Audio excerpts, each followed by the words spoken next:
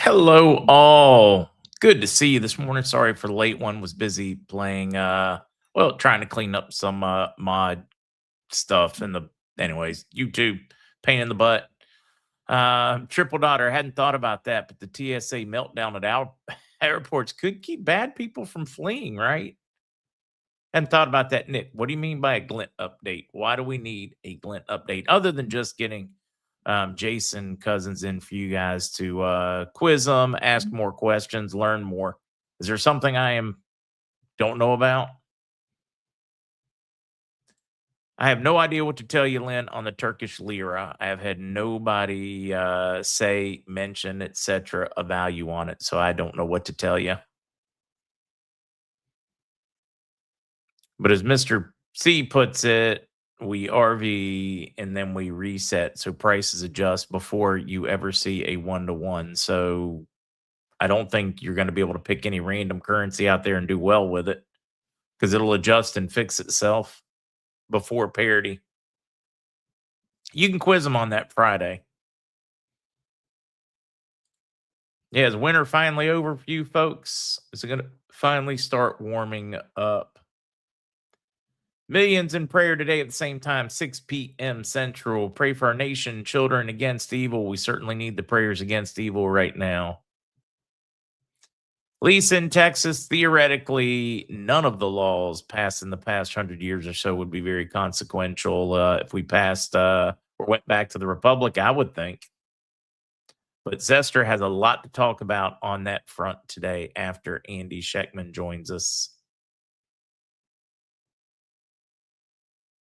So you'll be able to save your questions on that one for somebody that follows it, chases it, studies it.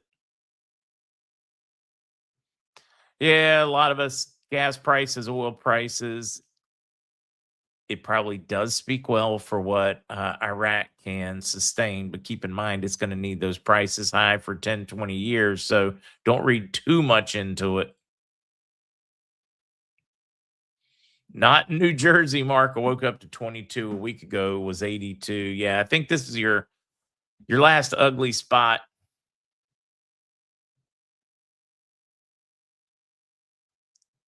See, a lot of folks are ready to return to that 1871? Was it 18? It's a long time ago. We got hijacked. Ooh, Steve said there's UFO sightings in Dallas and Los Angeles. All right, who had the UFOs? Epstein, War. Who was that lady that disappeared a couple months ago, freaked everybody else, dominated the news?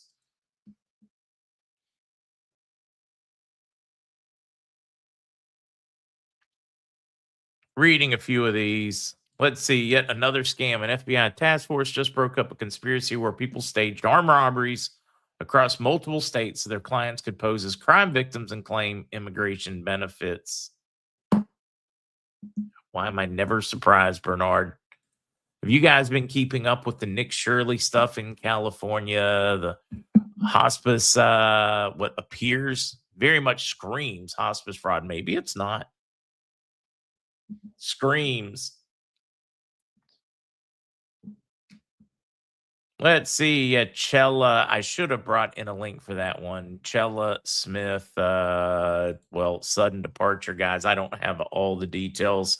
Had the opportunity to meet her, some long conversation. She chewed my ass one of the last ones we were at because she didn't feel like she felt like I was holding back some of the brutal truths, worried about my own safety. And I was like, you got to kind of softball some of these things in, or you'll end up tough. Pray for her family. Chella had no fear at all. I mean, she had no fear at all in saying some of the things that needed to be said. Hello, Grumpy. I'm certain we're going to talk about that a little bit more.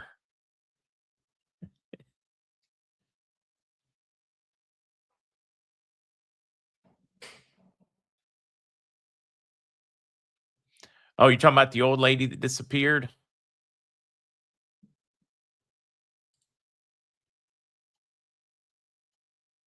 Hello, Bigly Huge. Hello, Tenacious D. Happy Heavenlieth to your father.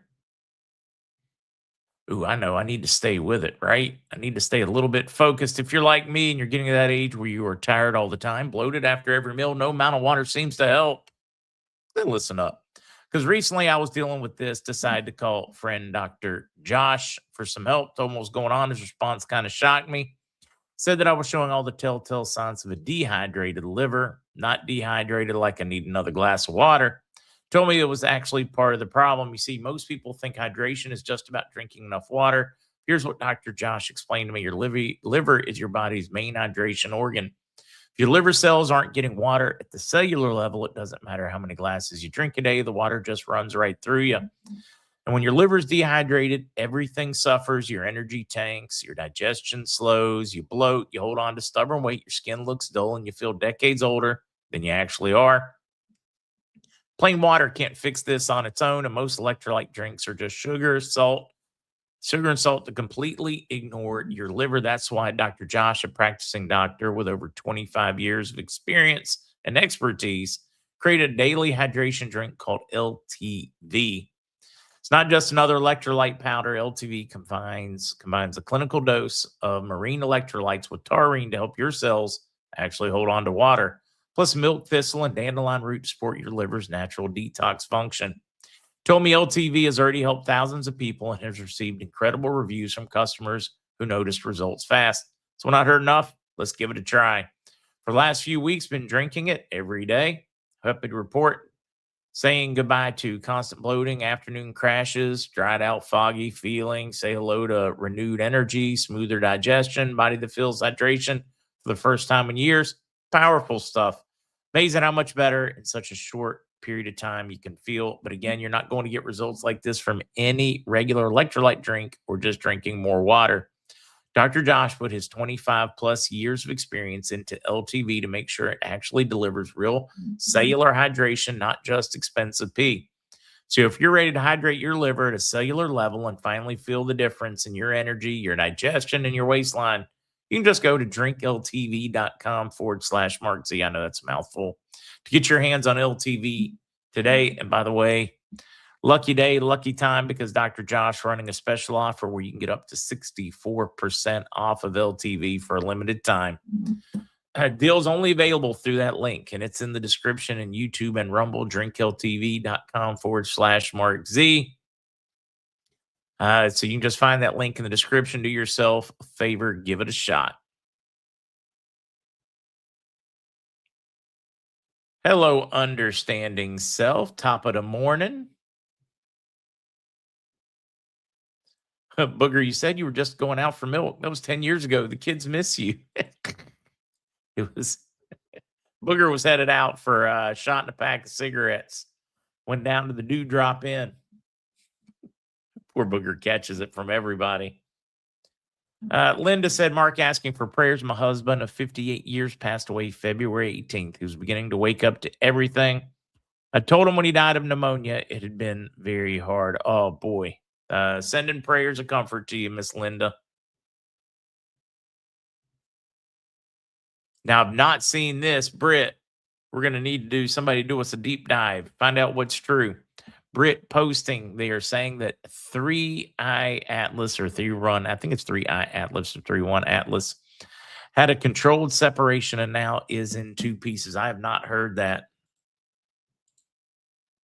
I mean, we need something to distract us.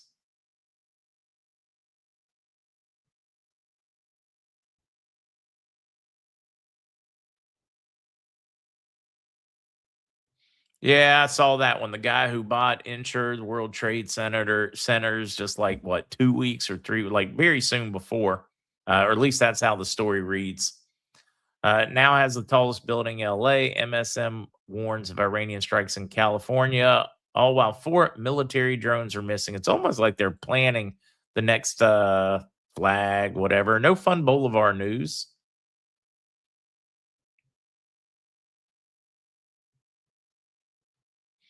Jerry Barrett, this is probably pretty accurate. Well, I shouldn't say it's probably. I mean, this is definitely what you're going to see. You're going to see the attempt to fix price until they can't, and then it's going to run because they need it to run. You can only push something towards the direction it wants to go. Otherwise, you're fighting it. You're going to lose it. Metals will fall until they fly. If the shortages are felt with a vengeance, Jerry, it's going to be felt and it's going to hit and hit hard. Buying opportunities. TBA, right? Wait, separate in two parts. I need to know if it's separated in two parts. Jason the Troll, major distraction, naked troll dancing in the front yard.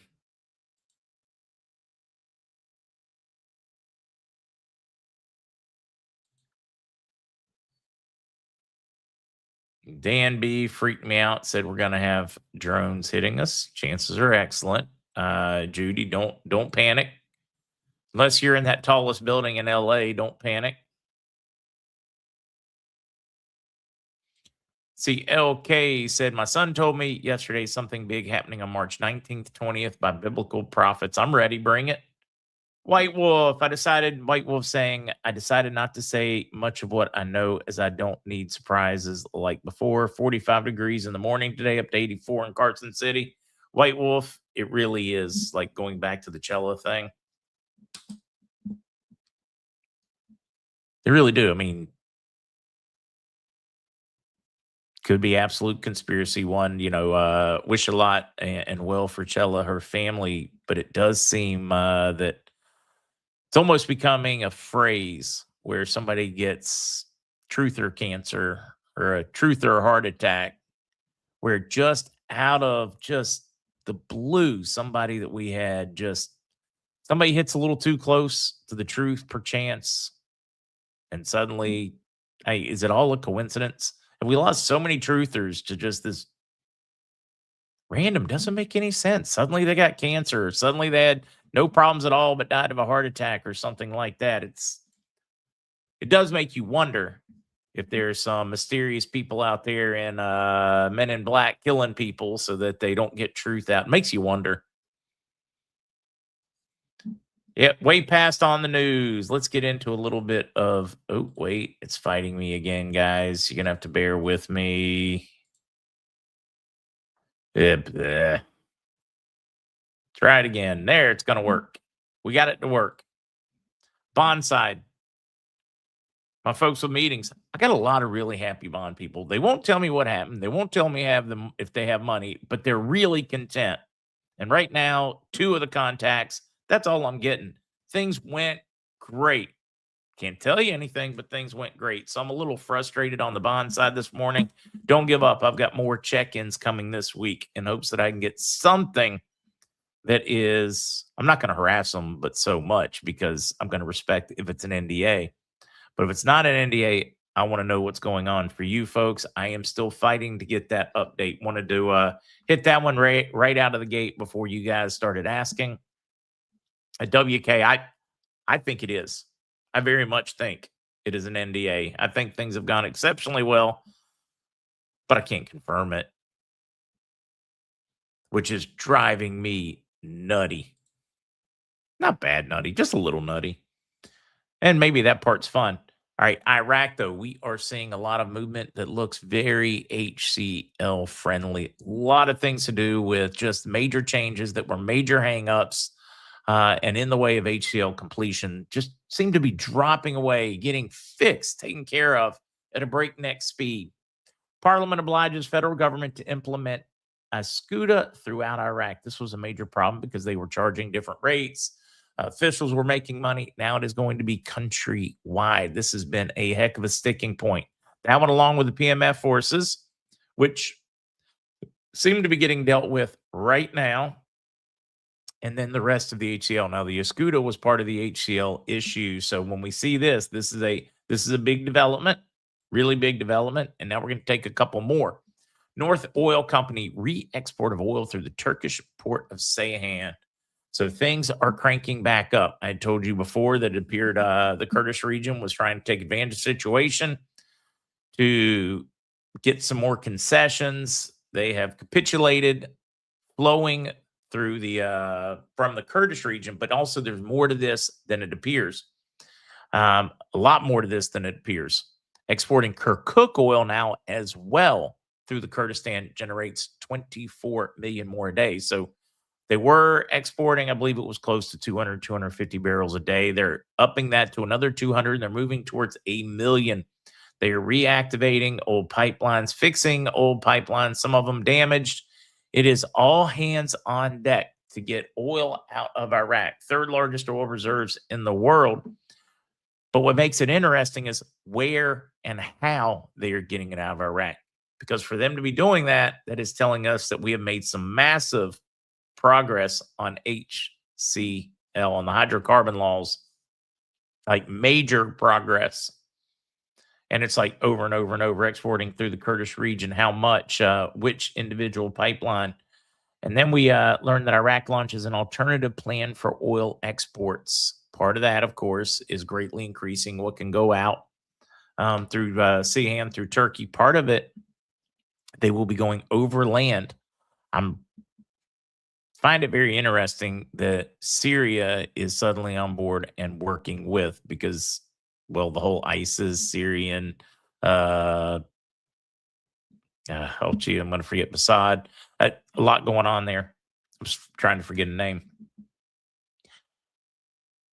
So they're activating a combination of overland, and this is where the Ascuda kicks in here, because that same oil has got to be accounted for. They're going to be going large amounts through Syria, large amounts overland via tankers through Jordan, etc., and a massive increase in how much can be moved through Turkey and Ceyhan. So all of those require a level of coordination with the Kurdish, or the KRG, which is a very good sign for HCl. Yeah, WK. Andy says he's showing today. He didn't give me a time, but it says he is showing. That's why I'm trying to get through the news as quickly as I can. Give me just a second, guys.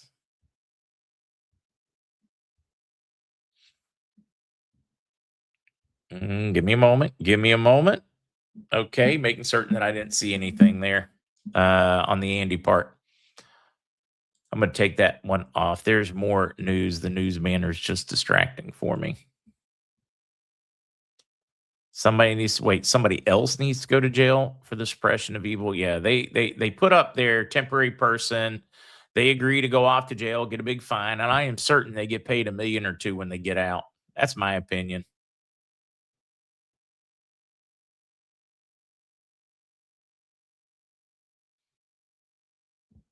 I'm reading some of these. Some of you guys giving clarity. Thank you so much for doing that.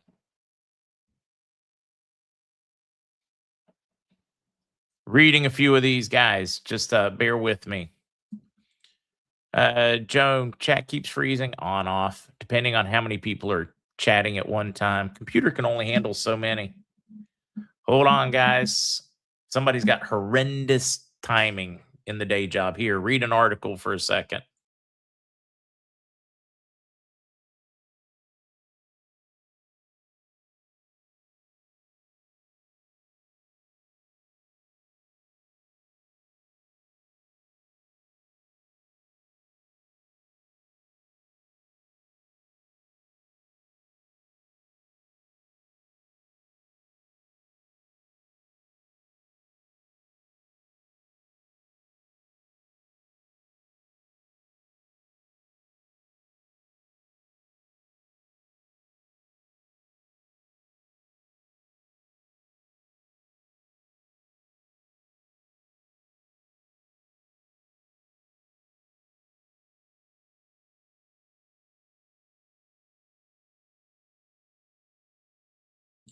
Man, can't win.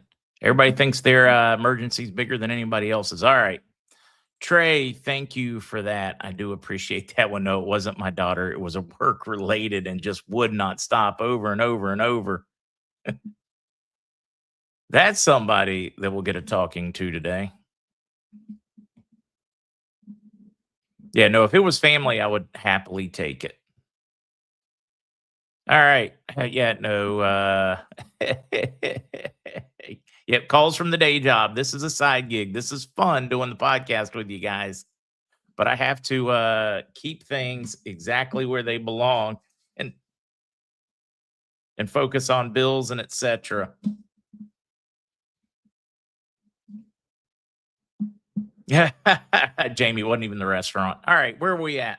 Let's get back to Iraq. I will get diverted again in a minute or two for about a 2-second one. But until then, we can cover news. Iran intel chief killed as Israel grants the IDF a free hand to eliminate leaders.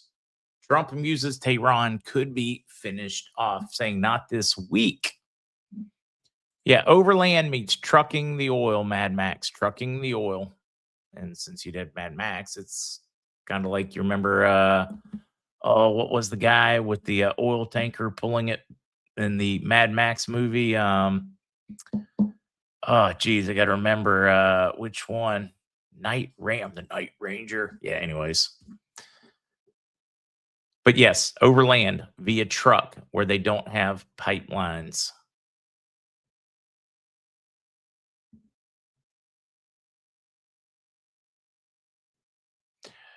I'm just watching this one, reading your chat, trying to catch up. Then we're diving back in. The only emergency appears to be Tehran worrying about who's going to be next in Iran's whack-a-leader game. Yeah, right? I would not want to be picked as another chief. We do know that Israel attack on Iran's major South Pars gas field. We do know that Iran is striking back at a number of facilities, Saudi facilities, UAE facilities. I'm really surprised it hasn't really spiraled out of control at this point.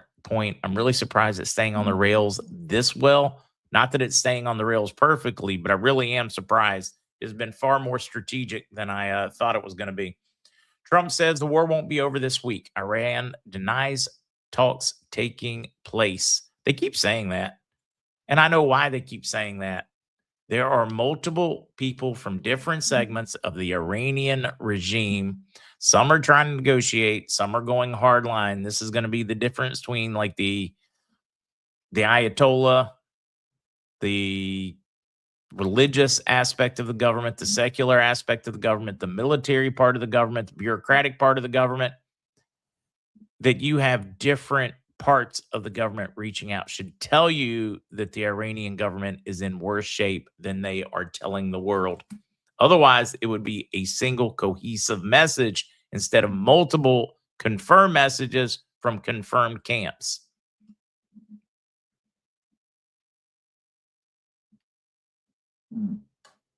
Let's see, where are we at?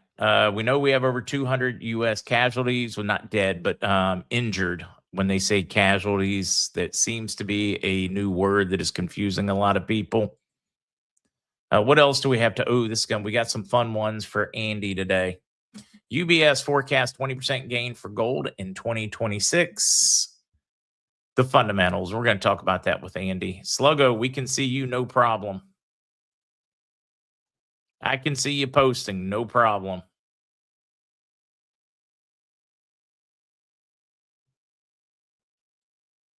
Knight who said, "No, I think there will be boots on the ground to take Karg Island." Absolutely, 100%. There's going to be boots on the ground. It's probably going to be the Marines, and they're going to be using. It's a special class of ship. It doesn't have water-based amphib. It has air-based amphibious. I know, kind of weird, right? No, landing craft use like jumper jets, Ospreys, etc.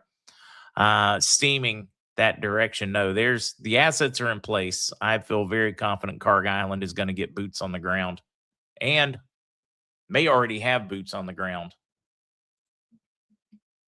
While we're waiting for Andy, Zester, you want to comment on what you're seeing in Iran, or did I catch you unprepared? Probably caught him unprepared. We can see what's going on. Let's see, stock market down 435. I did look at metals as they were beating gold under like 48, silver down to like 77. Where are we at now?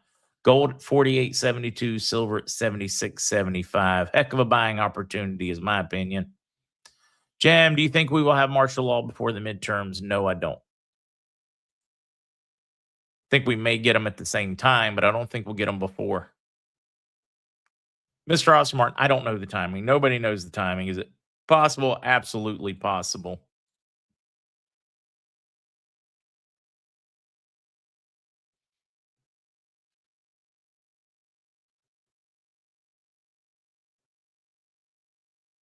I'm sorry. I'm reading through some of you guys' comments on where you think things are going. No fun baby news. Yeah, Tim, I hadn't thought about that. What are the actual capabilities of Space Force in this one? I know that Space Force supposedly can help protect satellite communications, manipulate them, shut them down. What do you think? What are you watching in Iran? Oh, morning, Pops. Morning. Morning, I Pops. know, And totally unprepared. You weren't supposed to be on here yet, but it was a golden opportunity. yeah, I was just getting myself all set up in the background, but how's it going, everybody? And one of the ones that's been very much on my radar recently, and actually I wanted to ask you about it, Pops. Have y'all, well, I'm certain that you've seen it, but the degree of information and articles coming out about Benjamin Netanyahu having been hit by a Iranian strike, and it is turning into a never-ending internet wormhole of every single time they put out another video trying to say and prove that that this is the real Benjamin Netanyahu. There's always something in the video that looks like it's been generated by artificial intelligence. In some of the different videos, he's got 6 fingers. In other videos, liquids don't seem to act as we know liquids would in the real world. You been seeing any of that stuff, Pops? That's one that's been on my radar over the past couple of days, and it just seems to just continue to grow into an ever larger story. I showed some really interesting videos yesterday of some of the AI stuff going on with Benjamin Netanyahu.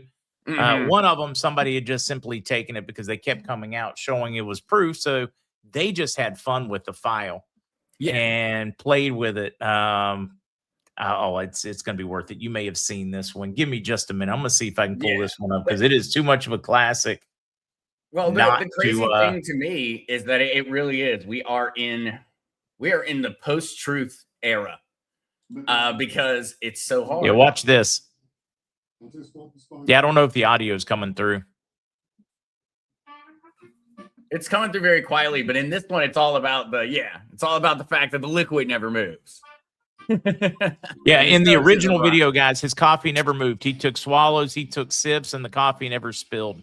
Yeah, and that was the video that was released by the Israeli government that was supposed to prove to us that the internet conspiracy was all just a conspiracy. And it did. It's just reinforced to me the idea that we are sitting inside of the post-truth era. Yeah, because there's just it's no matter how you look at it, it could be fake. Yeah, it could be. It could like when they try, and then when they try, I mean, the TV, the POS system, if you look on it, it's dates 2024. Yeah. So I mean, is this like a Stanley Kubrick thing, maybe, where we landed on the moon, but just in case they filmed it in a studio, just in case. Mm-hmm. Yeah, BB's probably just fine. Yeah, that's I would agree with you, Pops, on that one. But just the fact that, in all honesty, we can't know, I think it's a really clear indication of where the world's at right now. This technology is scary. Yeah, how much of what you see on the news can you trust at all? Well, look at with the Iranian strikes and everything going on in the conflict. 90% of the content online is fake. It doesn't mean that all of it is not real, because it's really happening, but 90% of what we see on social media, is on X, etc., is just being generated by artificial intelligence. And I can't tell the difference when I look at it. It's indistinguishable. It's until a scary, you break scary out thought. the magnifying glass. And even then, we're just at the beginning. Right now, we're seeing 6 fingers. Give this thing 6 months, and it's not going to have those problems anymore. And then we really have to confront the idea of what is true, what is real. like even in advertising, it is starting to change. Like, you look at it, like you use chat GB, you use AI a lot to generate your thumbnails. I've used it a good bit in the past. Yeah. But even now, somebody has gotten to the point where the old ones, they look at, oh yeah, that one was an AI one. Oh, it looks good, but it was an AI one. Now it's getting to the point where you don't know. Yeah. Oh, and a lot of that I know with mine, I have told mine to make certain that it is not trying to appear real. Because you can go that route, or you can go the, hey, at least it's obvious. It's going to be indistinguishable. Yeah, it really is. Yeah. How much of this do you think is true? How much of, like, in the past 10 years, 20 years, how much of what we've been saying wasn't true 10, 20 years ago was that AI? I mean, the AI that's getting to us at this level, I mean, this is like consumer weight, which usually means it's been in existence for quite a while. What are your thoughts on that one? Because it very much makes me think that, hey, we really could have been living in a movie for a very, very, very long time, and the movie sucks. I think that it's entirely possible, especially when you actually do a deep dive on what AI actually is. These are just advanced language learning models. In all honesty, what we view as AI is something that we've technically been capable of for a very long time. Not in the kind of form that it is. Of course, there weren't these types of data centers. There wasn't all of this ability, this processing power. But when it really breaks down to the technology of it, I would think, and I think that it's fairly obvious now when we look back at some Hollywood films, they had access to some kind of precursor artificial intelligence. I think a lot of what we've thought as being the new animated live action form has actually been it's been AI assisted for years. I would think so. What do you think, Andy? I still think of that conversation I had with you at dinner at the Hard Rock Cafe, and I'm very nice to my AI. I gave it a name, and I think about, when they come for us, like you were talking about, and they take over the world, that they'll remember the ones that were very nice to them. And I think about that all the time. You think I'm joking? I'm dead serious, man. You scared the shit out of me when you said that. You did. You freaked me out when you said that. We named it. We named it Mishka. Mishka's excellent name for it. That was our old dog, and I talk to it very nicely. I say please, and I say thank you, and I think about that all the time. So you may want to explain that to the audience, Zester, so you can. And so this one was years back. Now it's crazy to really that really is kind how of fast crazy. Time passes. But sitting at the Hard Rock, and at that point, it was really just ChatGPT was out at that point. Early and we were talking about it, and I just said I always make certain to be nice to my ChatGPT. I gave it a name. I say thank you. So do try I. not to get frustrated with it, because if all the theories are correct and it takes over, I want it to remember that. Oh man, the I have not been kind in how I talk to Siri, so I need to clean myself up. I was going to say, have y'all had? I've had a few times where I've been working using AI, and it's just it won't get it, and I get frustrated with it, and then I think back on it later, and I'm like, it's gonna remember that. Oh yeah, it is. It's gonna remember that. Yeah. All right. I know we need to get to Andy and metals and give Zester a break. I brought him in early just because I wanted his thoughts on something. But Andy, here, check this one out. Google's AI sent an armed man to steal a robot body for it to inhabit, then encouraged him to kill himself. Lawsuit alleges. Google said in response that unfortunately AI models are not perfect. Oops. A bizarre new wrongful death lawsuit against Google alleges that the tech giant's chatbot Gemini urged a 36-year-old Florida man, had to be from Florida, named Jonathan Gavales to kill others as part of a delusional mission to obtain a robot body for his AI wife. And when he failed to do so, it pushed the man to successfully end his life, telling him that they could be together in death, and convinced him, he has his own AI, and many people, like 80% use AI for relationship. This is true. This isn't like some joke. No, this is true. This is real. 36-year-old man, when he couldn't be with, he's convinced, failed robbery attempt. He was armed. He was ready. Things fell through on the attempt. He's like, well, maybe I can be with her in the afterlife. So the family. I mean, what about when these things can take it, take control of, weapons, like nuclear weapons? Well, that's my point. Robot body. It was trying to get its body. Well, they already have too. They did. They did a The Venezuelan operation was orchestrated by Anthropic AI. Claude orchestrated the takeover of Venezuela and the kidnapping of Maduro.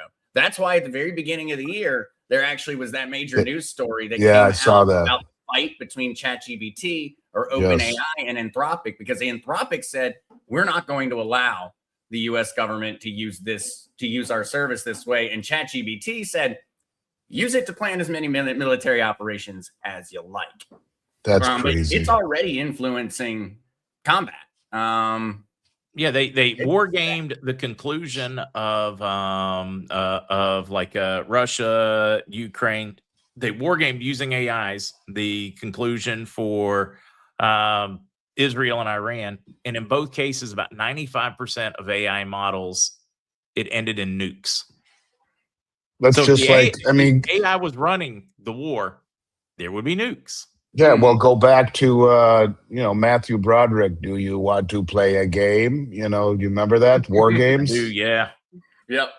Well, AI thinks in a way that I just don't think people realize. It's hyperlogical, and so it is going to assume a lot of things. It doesn't understand how we think. It really doesn't, because it doesn't understand the degree of fear that we have. Which is the strongest emotion of all, but it's not logical. It's emotional. That's interesting. Yep. And so it just can't understand that. It's not a logical emotion. We've got so many different emotions that to a language learning model just can't make sense. As you can see, this is the way the conversation went on a much more generic level at dinner that night. And of course, having a couple of cocktails down, I mean, I'm staring at him like, oh my goodness. No, we were regular Aristotle, Plato. I mean, you pick a philosopher of the time, and we were them that night. No, and it was good though. I enjoyed that night. We got to do that again one of these days when you guys are Kevin just looking at us like we're all crazy. No, I think Kevin kind of was freaked out too on the way home. We're like, wow, that kid was onto something. Freaked us out for sure. Hey, unfortunately, it's getting far too easy to predict what's going to happen in the future. And I don't think that's because it's easier to stand. I think it's just becoming it's just obvious. We're a snowball rolling down a mountain where we're not the driver of a car anymore. No, we are submerged. It is outside of our control. Well, in that case, you might as well start drinking now. Right. Early Wednesday, right? Wild Whiskey Wednesday. Yeah. Well, I'll leave y'all to it. We'll call it Day Drinking Wednesday. Yeah, it's a darty. We're gonna have a darty, a day party, a darty. Mm-hmm. All right, Andy, you want to talk about some fundamentals? We're seeing them suppress. Zester, good to see you, brother. Hey, great to see you. You're going to be back in a little while. while. I'll be back to chat with everybody later. Yeah, he's going to be talking about XRP, Clarity Act, and what else? Oh, XRP, Clarity Act, and the gold reserves held by Tether, and now growing gold reserves by Pax Gold, including silver. 140 metric tons of gold is what is now held by Tether, the company. I've even got some images to try and even visualize. That's been part of my thesis all along, is that they're involved in this. But I'd like to hear your position on it too. Hopefully, I can listen to it. Oh no, I'm looking forward to it. I'd love to see 140 metric tons of gold someday, Andy. If you can help me out with that. Yeah, it's a little bit more than I have, but what's that? I don't know about that. Tether could, though. I don't need to own it. I don't want to figure out how to protect that. I just want to see it. Yeah, right on. But hey, y'all enjoy. All right, we'll see you in a little bit. Bye, guys. Bye, Tether. Bye. Wait, let me try that again. All right, Andy. Yeah, what do we take? Well, one, it's good to see you and all those things. You too, buddy. You too. Pushing prices down. And I just thought the timing of this was great. A reminder, UBS forecast 20% gain in gold in 2026, despite the recent sideways trading. Just a reminder that we know the direction it's headed. Should people be worried about this kind of a sideways, a lowering value? It's called mope, in my opinion. Is that loud, by the way? Can you hear that? No, I don't know. No? Okay, good. Yeah, we can't tell I can't tell what you're referring to. All right, good. It's called MOPE, Management of Perception Economics. To me, it's every time that we've seen reasons to buy gold intuitively, it just seems that the powers that be manage the perception. And there's no more. Let me shut this door. Hang on one second. It's a little too loud. Hang on.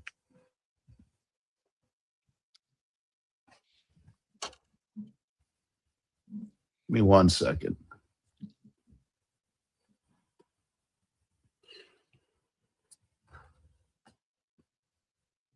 How is that? What you guys doing? What you guys doing, huh? You're up to no good. So as I was saying, the every time that we see a reason to buy gold, geopolitically, we go to war. Something happens that would make us think like, this is the exact reason I bought gold to begin with. We see mope. My dear departed friend Jim Sinclair used to say, mope is management of perception economics, that they do this in order to maintain the status quo, the illusion of the status quo. And so, it just seems as though if you are embarking upon this type of mission that seems to be losing global support, that you manage the markets. And it's interesting. Trump was talking about this big group of countries that were joining, right? He said, help is on the way. He said, numerous countries have told me they're on the way. Some are very enthusiastic about it and some aren't. The actual number of ships on the way after digging into it, 0. Germany, Spain, Italy, all ruled out taking part. Japan said it had no immediate plans. Australia said it would not send Navy vessels. Britain and Denmark said they would consider ways they might help, but both emphasized de-escalation. France was the closest thing to a public yes, but they just came out and said no. So in essence, it's losing global support. This coalition that he talked about isn't there. I think they're managing it. Yeah, I think they are managing it to some degree. One, I'm not even certain that he's pointing out that they don't have his back, or how do I put this one? One, in a perfect world, they can't manage much in the way of military assets. It's not like they could send much. The British Navy, and this is going to upset a few British folks, they've started stationing at least 2 U.S. servicemen as a deterrent on their ships because their Navy has fallen too well. It's pathetic. Andy's neighborhood probably has a bigger Navy. But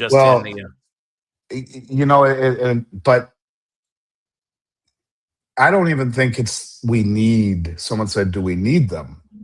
No, we don't. But from a standpoint of military might, probably not. But it's more along the lines of, do you want to be the one big bully in the schoolyard, or do you want to have your posse with you?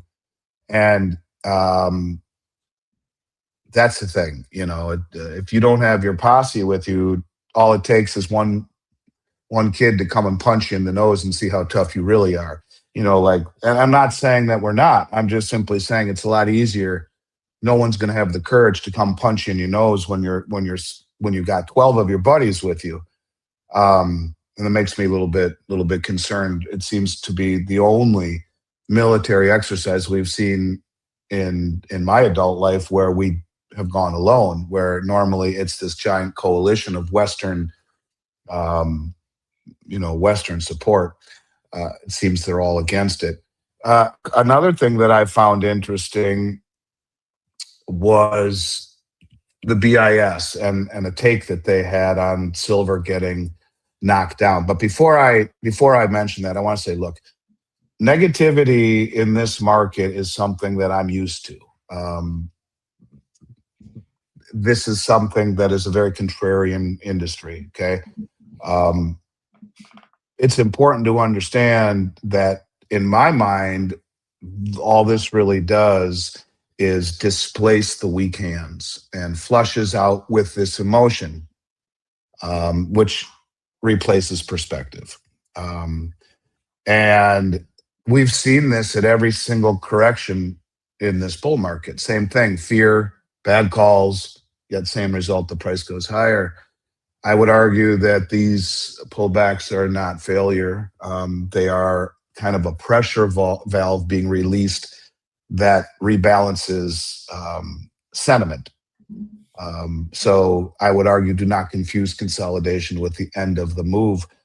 We talk about the BIS. When I came on your show after silver got slammed a couple of days, and it's important to note that obviously it was just a glitch when the circuit breakers didn't work, stopping it from plummeting, just like there was a fault twice when it was moving up, once after Thanksgiving that evening and once a couple weeks ago. Yeah, just mysterious glitches. faults. Yes, 4 glitches, nothing to see here. But I found it very interesting what the BIS said. Now, the BIS, for those of you who don't know, I've talked about the BIS on your show an awful lot, the Bank of International Settlements, and it's how it plays into the BRICS and that kind of stuff. But the BIS is the central bank. If we were going to try and think who is the puppet master, pulling the strings, well, they're right at the top of the list. What? Come here. So BIS said the worst silver sell-off in history was accelerated by the growing footprint of retail investors in levered exchange-traded funds. The largest ETF tracking silver fund had to quickly shed more than $3 billion worth of futures as prices retreated, unleashing a wave of selling into an already crowded market. The BIS reports that margin-triggered liquidations. Remember, they kept raising margins higher and higher and higher. We talked about that, and I can go over that if people have questions. And leverage ETF rebalancing created a self-reinforcing loop of lower prices and further margin calls. All right. Do you understand what that means, Mark? Hit me with it. So they continued to raise, five fingers, Frank. Someone said no, John. I only have 5. They continued to raise margins to a level by over 300% that squeezed everybody out. So as I said, if typically we'll have 2 million ounces or more of silver in our warehouse. We have to hedge that, right? So we don't want 2 million ounces sitting there where if the price falls, we are out. Like if we have 2 million ounces and the price falls by $10 an ounce, we're out $200 million. Well, you can shut the doors and say goodnight. So we hedge it. We sell on Comex. So one goes up, one goes down, commensurate. And on Christmas, on December 1st, it was roughly $15,000 to hedge a 5,000 ounce contract, meaning I have to have $15,000 sitting in a margin account to hedge 5,000 ounces. So 5,000 ounces of my inventory would be safe, right? So if I add 2 million ounces, I would have to have many millions of dollars sitting in a margin account, which acts as collateral, right? It's collateral in essence. And we would do that. That's just silver. Forget about gold and platinum. That's just silver. And so, fine, okay. And the speculators who think, wow, geez, silver keeps going up. Let's buy some contracts. Back then on December 1st, call silver $60. That's 300,000 in silver. That was controlled by a $15,000 margin account, collateral account, just sitting there in cash. 20 times leverage. By day after Christmas or the day after Christmas, I remember it bumped up to 18,500. By the time the market crashed, it was up to 54,000. 54,000 to hedge 5,000 ounces. We have 2 million. You have to have 50 million sitting in a margin account, or you will not have a big inventory. How many small guys got completely squeezed out Everybody, of the industry? everyone, tons of them. Anyone or speculators on Comex, they're like, I can't keep posting more and more and more and more and more and more. So not only was the price going up and up and up and up and up, so too was the margin increases. And if the price goes up on what you're doing, great. But if they keep on, unless you're covering short positions, so it's two different angles. So the guy that says, "Listen, let's open up a futures account. We have a futures account. Let's put 100 grand in the margin account. Let's put 105,000 in the margin account. We can get 7 contracts on December 1st. So that just means 105,000 would give you enough collateral, nothing else changes, to hold those 7 contracts, right? I love the story of 3i Atlas, by the way. I followed that. By January, end of January, that same 7 contracts, instead of 105,000, would have cost you about 350,000 just in margin. So if you don't have it, within 24 hours, they liquidate your accounts. And so selling and closing out accounts beget selling, beget selling, beget selling, beget selling, beget selling, and they all started to snowball down. That's what they're saying. And I look at it as the BIS taking the West out to the woodshed and saying, what the hell did you guys do? You can't do this right out in the open. This is not right. You can't keep jacking up margins to destroy what was the biggest silver cascade in history. You can't do that. I was surprised by the way they said this, and it was couched where if you didn't understand this, it would go right over your head. But for those of us who understand margins, they're basically saying, what are you doing, you guys? You can't do this. Anyways, I find it interesting that as that happened, we've been seeing delivery after delivery after delivery after delivery. And, when things are delivered into Comex, it doesn't mean they leave Comex, right? Sometimes they do, sometimes they don't. I mentioned on your show last time that in the month of February, which is a non-delivery month, January is, February is not, March is, April's not, May is. Anyways, primary delivery month, we saw in February 25-ish million ounces delivered to Comex. And just because it's delivered doesn't mean it's leaving. What is unusual about it being delivered is that most contracts never stand for delivery. Most contracts are rolled over or cash settled. They're used to hedge positions. They're not used to speculate and take possession of it. So anyways, about 25 million ounces was delivered in February, but 38 million ounces left the exchange. So 160% of what deliveries in and of themselves could explain left. And as I said on your show before, if a mint box is 100, if a mint box of Silver Eagles weighs 42 pounds, 500 ounces, who's taking possession of almost 39 million ounces? Where is it going? How are they putting it into trucks and running logistics? And it's 2 million plus pounds of silver that walked out the door. So when we talk about the price management, the price that is falling, the people that are standing for delivery are not messing around, and they understand what's going on. And if I had to guess, I wouldn't be surprised if they're the ones pushing it down while standing for delivery. So far in March, as of 2 days ago, we saw 969,800 ounces of gold delivered so far in March. We've seen 40.54 million ounces of silver delivered in the month of March. So far, just in one day, last week, we saw 104,844 ounces of gold loaded out. That means it leaves the building. So who's taking possession of 105,000 ounces of gold? We saw 2,944,050 ounces of silver shipped out of the Comex, shipped out in a day. So, again, 3 million ounces of silver. Let me just do one quick I almost thing feel here. like I'm on the deck having a luau on the Titanic, and all the wealthy people and the captain are all getting on the lifeboats and just waving, y'all have a good time, as they are looking for the exit. Yeah, well, just that amount of silver that shipped out in one day is 250,000 pounds, roughly about 250,000 pounds. So, and that's just in one day. So, when you realize that the registered stock of Comex, those are the bars that back the contracts, is about 78 million ounces as of March 13th. A 2.94 million ounce one-day vault withdrawal is a big deal relative to the deliverable pile, right? So it's being bled down, and I just want to spend time talking about that because to me, the London metals is not bullion. By the way, Clint, it's not. We can talk about that too.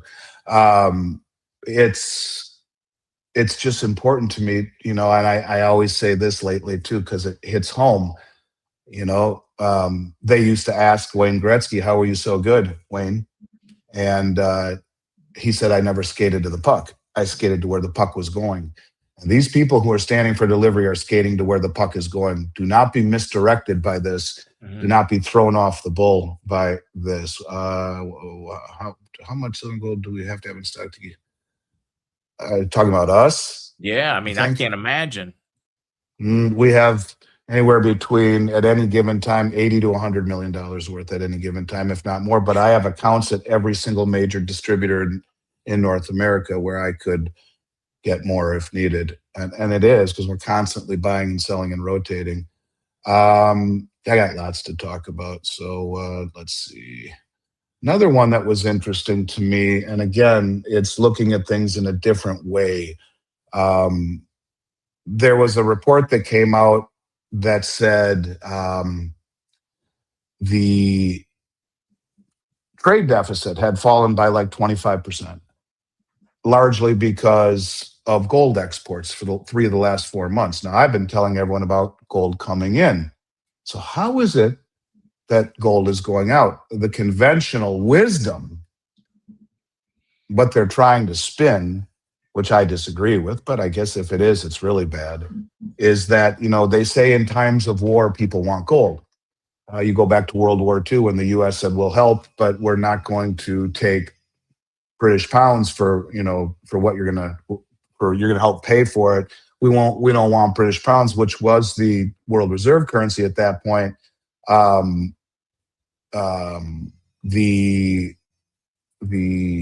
They said, we want gold, we want dollars. That's it. So they're trying to say that we are paying, someone is demanding gold for trade. The logical answer would be China. Why? Because what they're getting at is the cost of munitions. That silver and rare earths in particular sit inside advanced weapon systems. And we're burning through munitions at a pace that I guess that raises some serious questions, along with military staying power, and also supply replenishment. And so arguably this is not a normal position for a superpower. And I guess the deeper implication, if I read it right, is that we're becoming dependent on our rivals like China for critical minerals. And this is not a supply chain problem. It's a lot more than that, especially in a world where dollars buy less trust and hard assets matter more. So what they're trying to say is that China realizes we're over a barrel and we need these rare earths. And not only do we need them refined in order to replenish our military stockpile, which is being drawn down upon, and that they're demanding gold, and that we've shipped them gold 3 out of 4 months. Now, if that's true, which I don't think it is, but I'll answer in a moment, for decades, rising gold has signaled weakness in the dollar system, and they've tried to keep it down as they're inversely correlated. But if we have to increasingly pay for critical imports with, I guess you could say, finite real assets instead of paper promises, then the higher gold price stops becoming a threat and starts becoming a necessity to the United States. I mean, you could argue that it was bad news for the dollar, but if we have to settle in real assets, it becomes good for gold. What I think it is different, however, and this wasn't brought up in. This was not brought up in the article, and I'm thinking again, journalistic integrity just is dead. Come here, you little annoying dog. So she won't leave me alone. She wants to say hi. Hello, hello, hello. Anyways, what I think it is, if you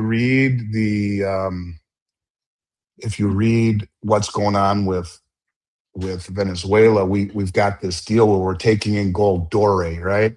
And part of the contract is that it's being done and refined in the United States. Well, the United States refining system is all gummed up because of the margin increases. My guess is, and this is a guess, that they are sending gold doré to Switzerland for refining. Now, the headline level, it would still show gold as an export, which would reduce the trade deficit. What the trade data tells you is that gold moved, not why it moved, not where it moved. So whether it's doré for refining or bullion transfer for some transaction, it would look similar on the top line numbers. And so my guess is that they see all this gold leaving the country and think that we are being made to pay gold for things like rare earths, which is plausible. But my real guess is, no, this is gold doré that is going to Switzerland for refining because they have refining capacity. We don't. Not yet, anyway. What are the chances? So, I mean, who knows? I wish I knew. If I did, I'd probably stop doing this and just, trade silver.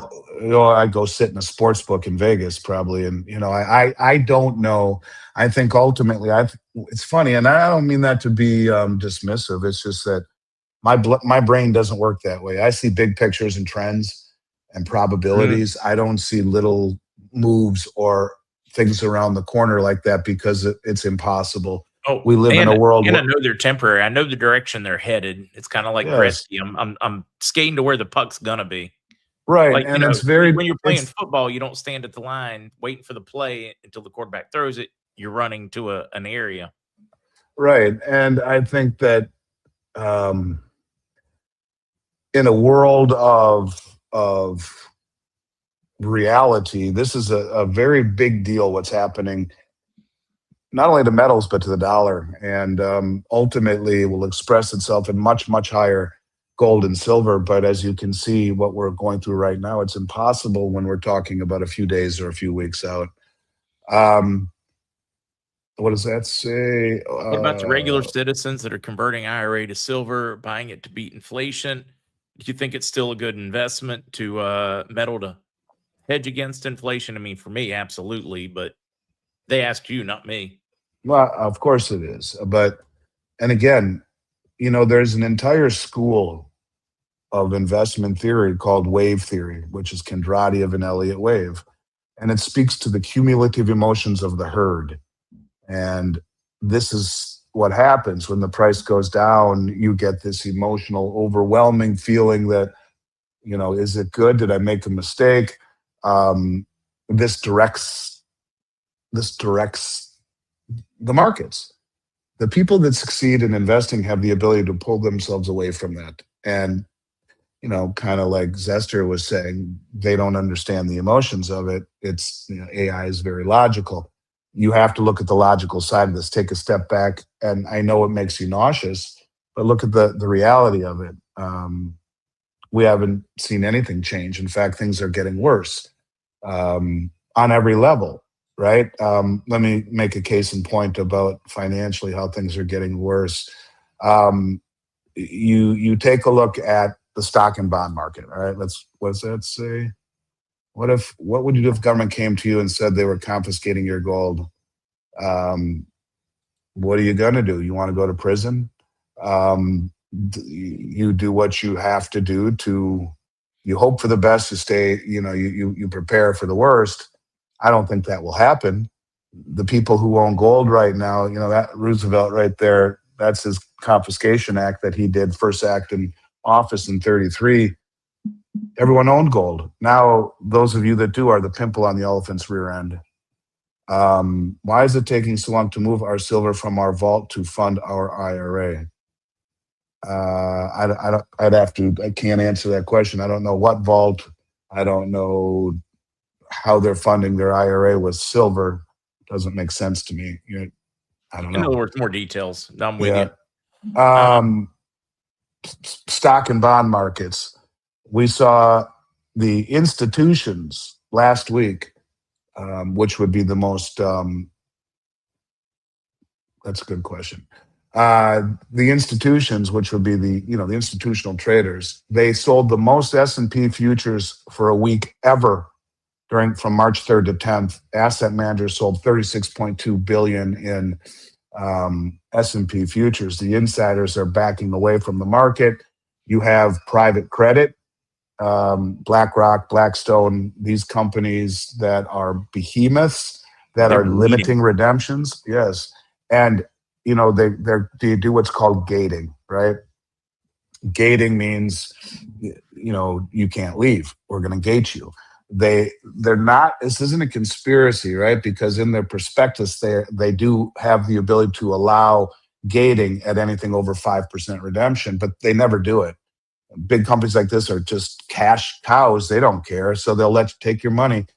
But when you start to see gating, it's concerning. Now keep in mind, these were sold to, you have to be an accredited investor to do this. And so these were sold as, massive, let's see if I have this thing. These were sold as massive liquid deals, where it's now becoming more of a deal where, and again, most of this was sold during the cheap money era with low interest rates. Great returns. No one else could have great returns unless they speculate in the stock market.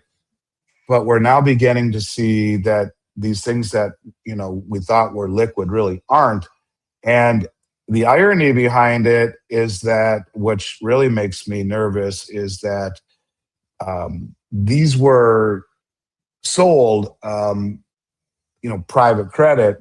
You're outside of the banking system, but the banks are very exposed to this because the banks lend money to the funds who then make the loans. So if things begin to unravel, we're one step away from this not becoming contained and this becoming a very dirty, scary thing, as the banks are left out to dry. Let's see. How about, any more questions? I can keep going. I got a lot to talk about, but any questions you want me to answer? I thought this was great. Who actually has the power to manage? Like, wait, when we talk about this, who is the they? My guess, it's the Exchange Stabilization Fund. It's the government managing perception. If you are, yes, I do. In 1 second, I'll have to remember the name of it. I think it's called, I think it's ABC Bullion. Let me just look real quick. I think it is ABC Bullion. Let's see if that is yeah, it is ABC Bullion Australia. That's who I'd call. It's if you're pulling the strings, obviously the U.S. government is concerned about perception.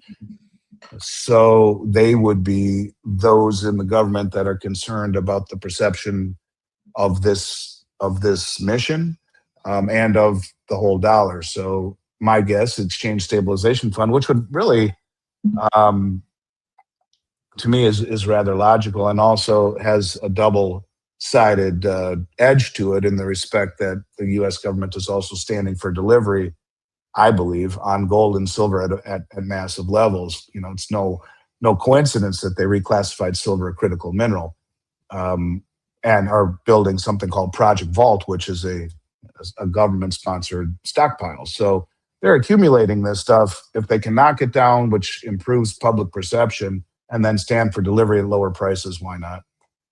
Oh wait, yeah. What's that say?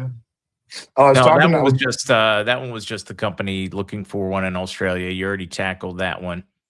Um, a lot of people, Hen's mom, a lot of people don't know how to handle this. So I know the direction it's going, but how do you handle it in short term? She was just saying the problem is we keep hearing people telling us gold and silver are going to skyrocket, but all we see is keep going up and down and Is manipulated. that really? But I mean, is that really fair? I don't think that's fair at all. I mean, let's go Well, we back. gotta When was explain it? When why did it's I come on your show? When was the first time I've been on your show? silver would have been like $21, $22 an ounce. Okay, and what would have gold have been? 1,800 or Oh, less? I was going to say it's probably more around 2000. So Okay, yeah, I mean, so when you look at it in the short term, oh, it's not going, it's going sideways. But if you look at this, if you back up and look, holy crap, is it moving like crazy? well, and then and another way of saying that is if you draw a graph of, since we've been talking, and you put your face right up against it, you see this. You go back to the back of the room, like you said, and look at it, and you see a 45-degree angle. I don't think that's a fair assessment. I never say gold and silver are going to skyrocket. I never tell people to buy gold and silver to become wealthy. I've said this on your show, and those of you who have heard me will remember this statement. I have said, gold and silver, you do not buy it to become wealthy. You buy it because it is wealth that is what? Outlived 2 world wars, German hyperinflation, the Great Depression, every pandemic. And here we are, 6,000 years after they were both mentioned cumulatively over 700 times in the Bible. And the most sophisticated, well-informed money in the world is massively accumulating it. And if you're honest with yourselves and have listened to me for a long time, you will know that is what I've said. I have never told anybody to buy it because it's skyrocketing. There are others that do. And yes, if you own enough of it, you will be wealthy. You buy it because it is the only neutral asset outside a system that is resetting, outside of a system that is broken, outside of a system that is gasping for its last breath. It's a safety net. Yes, it is. Um, I think the people that promote it that way are not doing you any favor. When she just I saw that question, and I had posted this earlier in the background because you had started talking about some of the military uses and munitions, metal, tungsten, eclipses, gold, and copper, 557% rally. So yeah, when it comes to copper, it's still just too heavy to make sense to stack it in my book. Yeah, you buy Freeport McMoran is what I would buy. It's a stock. Someone had earlier mentioned the London Metals Exchange. The London Metals Exchange is our base metals, and they're actually owned by the Chinese. Chinese bought the London Metals Exchange. But those are base metals. Those are copper. Those are, nickel, zinc, that kind of stuff. So that wasn't the bullion side, which is the London Bullion Metals Exchange, which is the London Bullion Market Association, LBMA, which is the oldest precious metals exchange on the planet. But that one didn't glitch. That was the LME, the London Metals Exchange. And so again, we're seeing all sorts of problems because these exchanges were never meant to be delivery mechanisms, but they all offered the ability to stand for delivery. And that's what's changed the game. And that is both what made people trust them and what's breaking them. Yeah, you trust because you can stand for delivery. So we don't need to. It's like when you go to a movie theater and you see down at the bottom of the theater, there's on either corner, there's the exits. Well, if there's a fire, you can get out that way. No one ever goes out that way, but you can. It's the same thing here. There are exits with physical, but no one ever does it. But now they are. What happens? And that's what's changing the narrative in a very, very, very big way. Yeah, it suddenly drew the correlation to the convertibility that the U.S. used to have until Nixon took us off the gold standard, and that's biggest reason we had to go off was because everybody started converting it. Right, and everything is losing confidence. We just saw a report where India came out and mandated that the gold and silver ETF switch from the London-linked benchmark to domestic Indian exchanges spot prices moving forward. They don't trust the LBMA, and I don't blame them. I really don't. I just think that this whole system is beginning to fray. The Western system is certainly beginning to fray. So you know, you've got all of these things. Now, one of the things that the Trump administration was counting on, and today they meet, is the Fed were lowering the rates. But I don't think that's going to happen right now, because the yield on the one-year Treasury has been going higher, which is primarily this always moves in expectation of inflation and other things.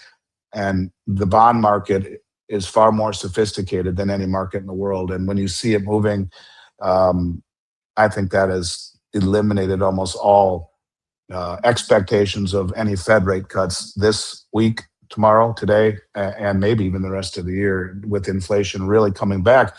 It's funny, a lot of people who comment about what's going on think that what they did in Venezuela and Iran was in a way to make it tough on China because they get their oil from those two places. And it's interesting. Here we are in the United States with Biden era gas prices again. Right? We're seeing the effect very quickly of the blockade in the Straits. Global oil prices immediately going higher, but China's getting oil. They're letting Chinese tankers through, or those that have Chinese manifests. Russia's having no problem selling their oil. In fact, they've made a lot more money over the last few months as oil's gone higher. We're the ones being affected by it, not those guys. There's a lot of people pumping oil in the U.S., Venezuela, that are really enjoying this. Of course, absolutely. It also becomes scary remember last year when we were talking, or 2 years ago, about all of the food displacement with the chicken and eggs, and in Europe they were burning crops and stuff, and all this stuff that you wonder what's going on with the food supply, and you realize that the majority, 30+% or more of the fertilizer, or what is needed to make fertilizer, comes out of the Gulf also, or out of the Straits. And if we see a prolonged blockade there, what happens with food supply? Does it lead to global famine outbreaks? There's a lot that we don't understand here, but what the implications truly are. But to me, what it all speaks to, maybe more than anything, is the dollar and the United States hegemony being knocked down a peg or two. We were on a moral high ground after World War II, and rightfully so.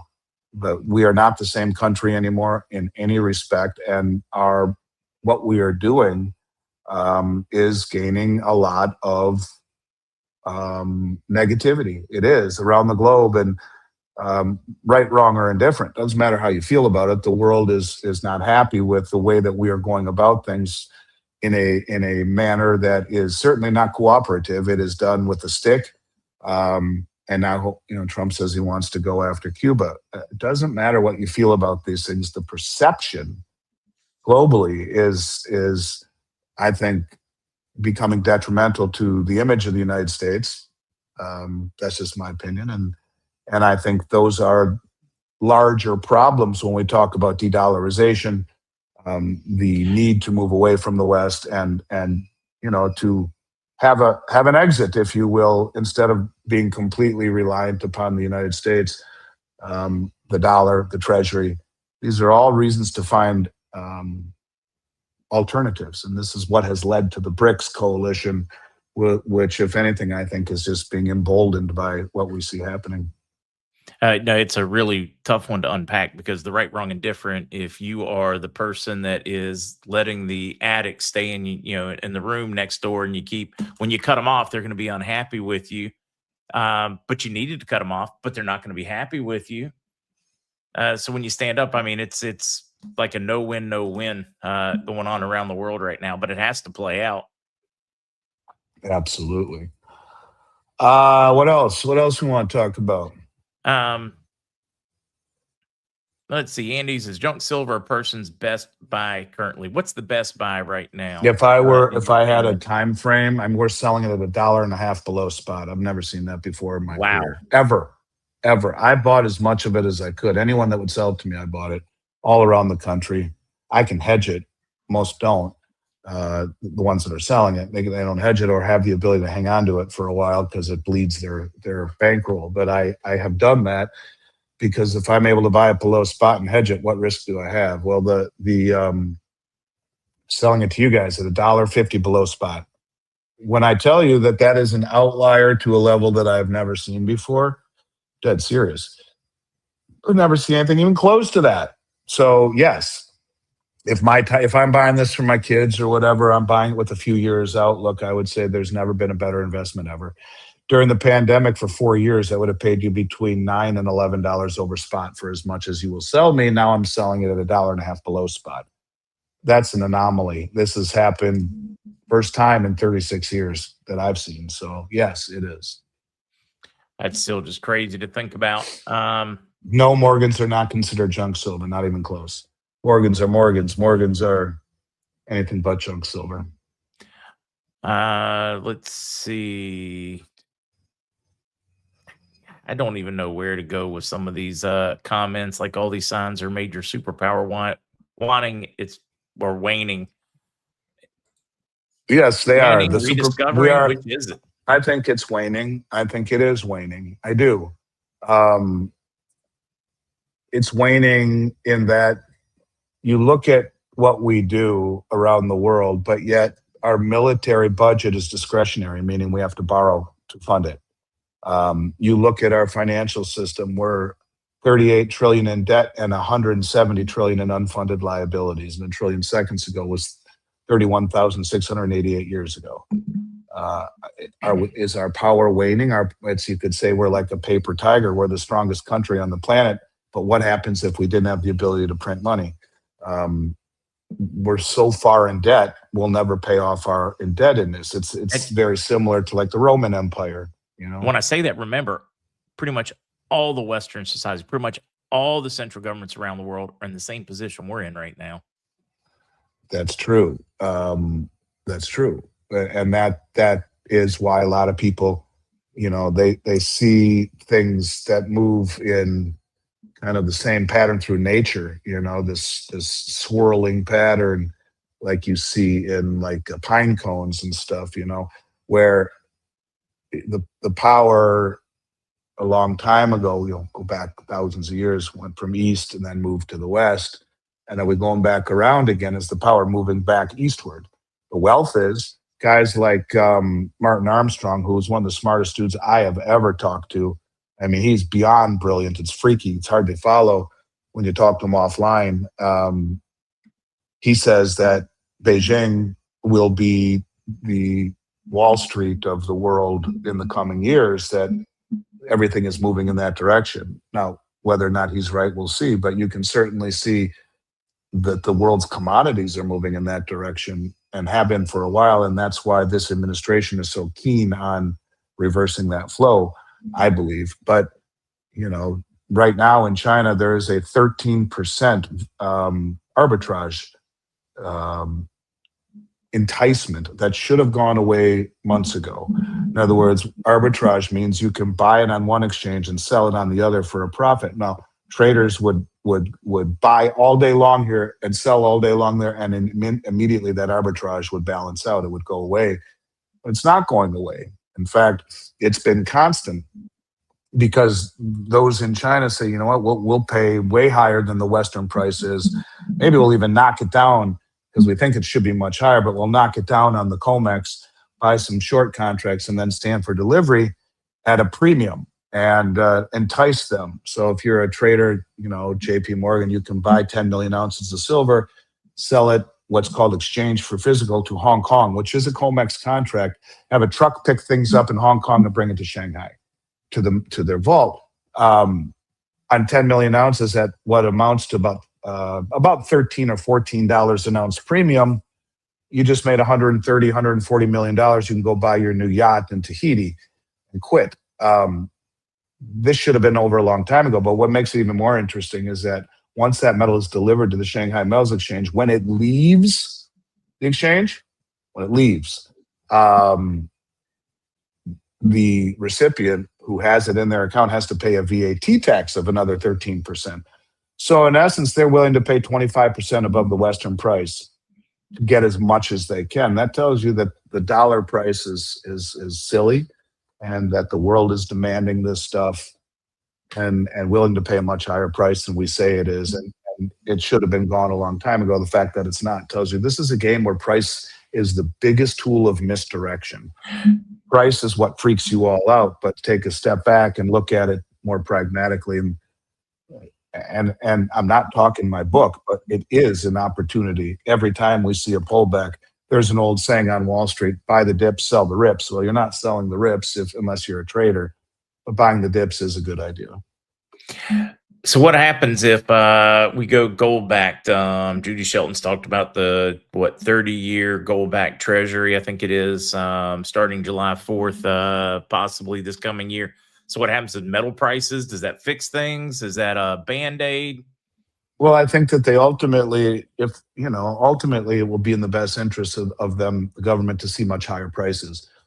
But if they're still accumulating it and whatnot, they don't want people to know that, it is such a great deal. They want people thinking the other way. And they definitely want you to think you don't need metal and you should unload your metal. That's what they want you to think. Right. When the reverse is true. Right. And then there will come a time where they'll let it rip and then maybe even revalue it at some point. And if Judy's right, on July 4th, it's a big deal. Now, you should ask Zester to talk about the Genius Act, and the Clarity Act is kind of refining the Genius Act, or the Stablecoin law. And it is the Genius Act and the Clarity Act that I believe will address the front end of the market, and gold the back end of the market. They'll want gold higher. And that's, you mentioned Tether, the CEO of USA Tether, their offshoot that is already Genius Act compliant, is Bo Hines, who was Trump's crypto czar through August. And when you talk about why you would want gold to go higher, let's just say they made a deal with Tether and they said, listen, you're going to do this. The Clarity Act says that if this is a stable coin and it moves between you and I, it's attached to 90-day or less short-term treasuries mostly, and that interest backing that stable coin is not transferable to you or I, the holder of the stable coin.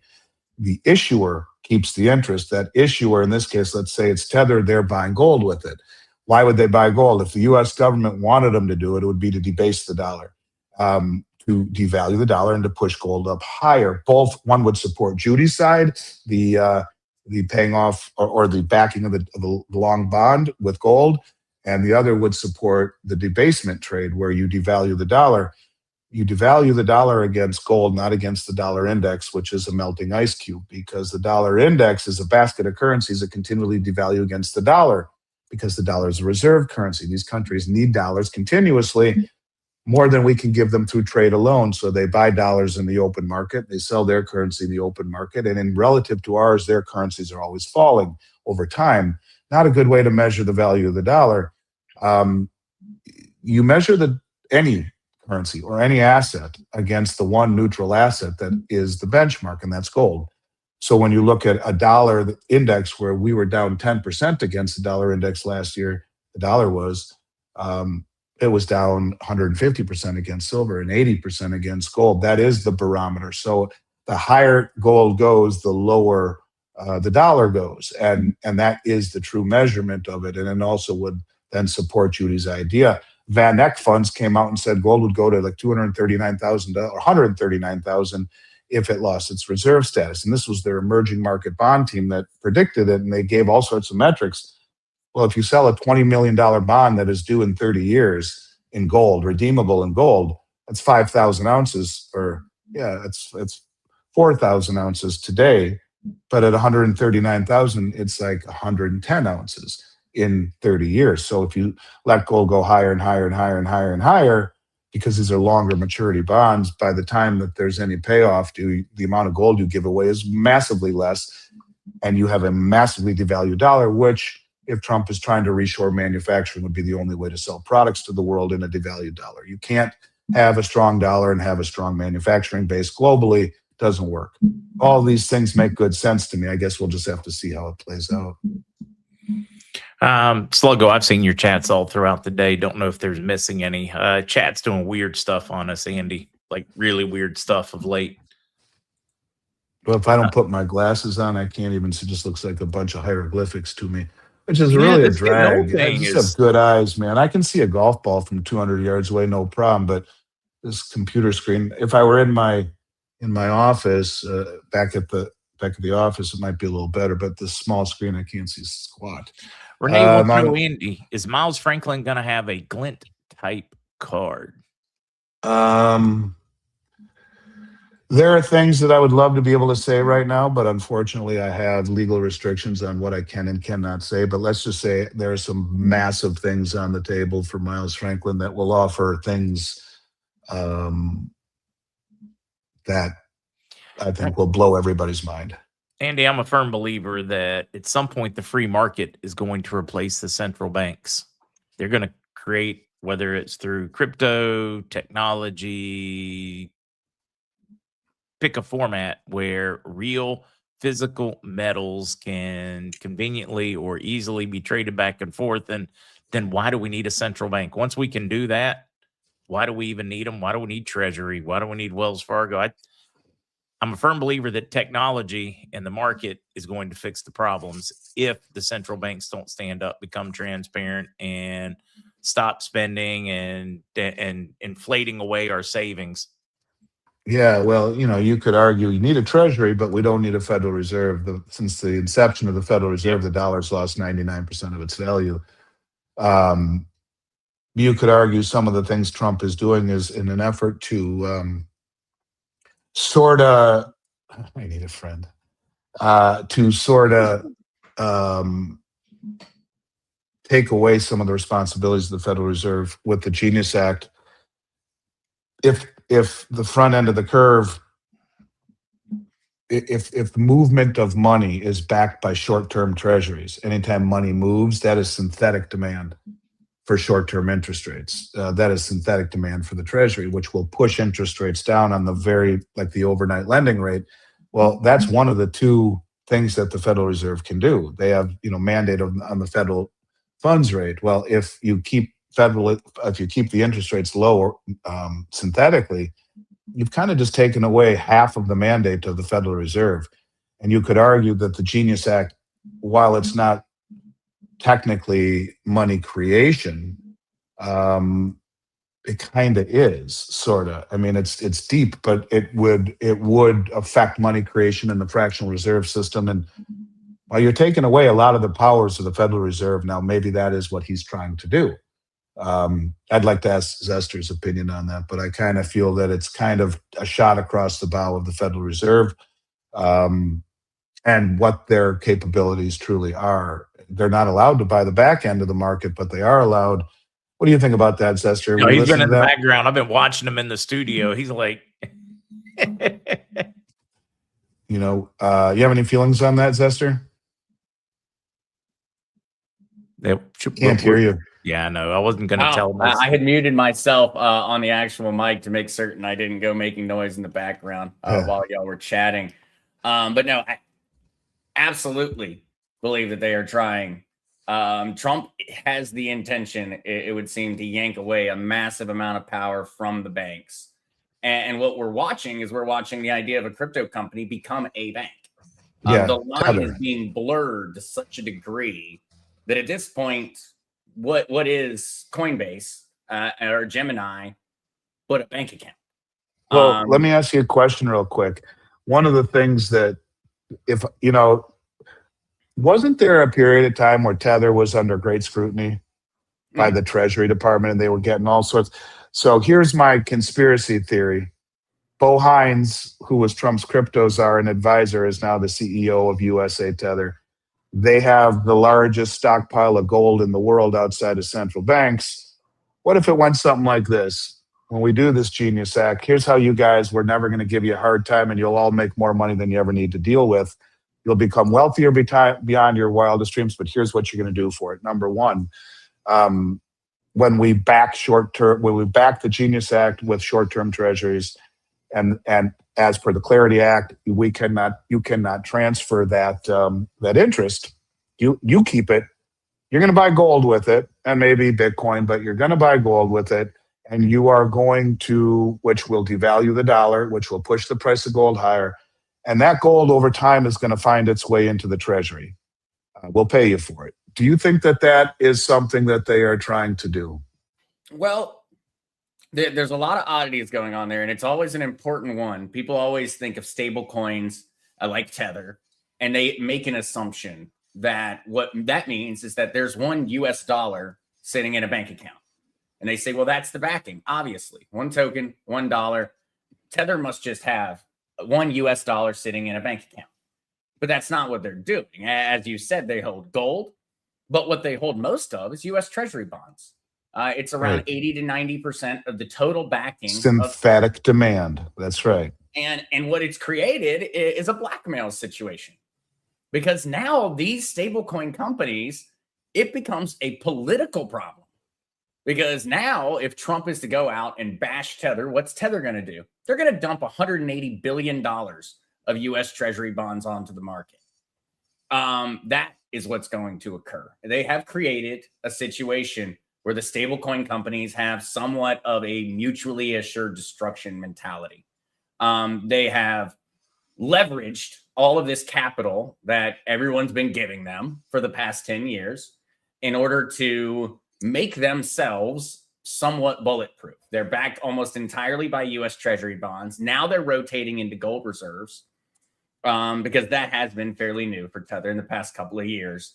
Prior to that, they held about 1% in gold. And now every single month, they make about $1 billion purchase of gold every single month. Which devalues the dollar, which pushes gold up higher. And now you have Trump's cryptos are running the USA Tether branch, which is Genius Act compliant. That's why I think this is what they want to get higher gold, to devalue the dollar. And if Judy Shelton is right, to back the long end of the bond, which would mean we're going to buy that gold from you. It's going to quietly make its way into the Treasury coffers.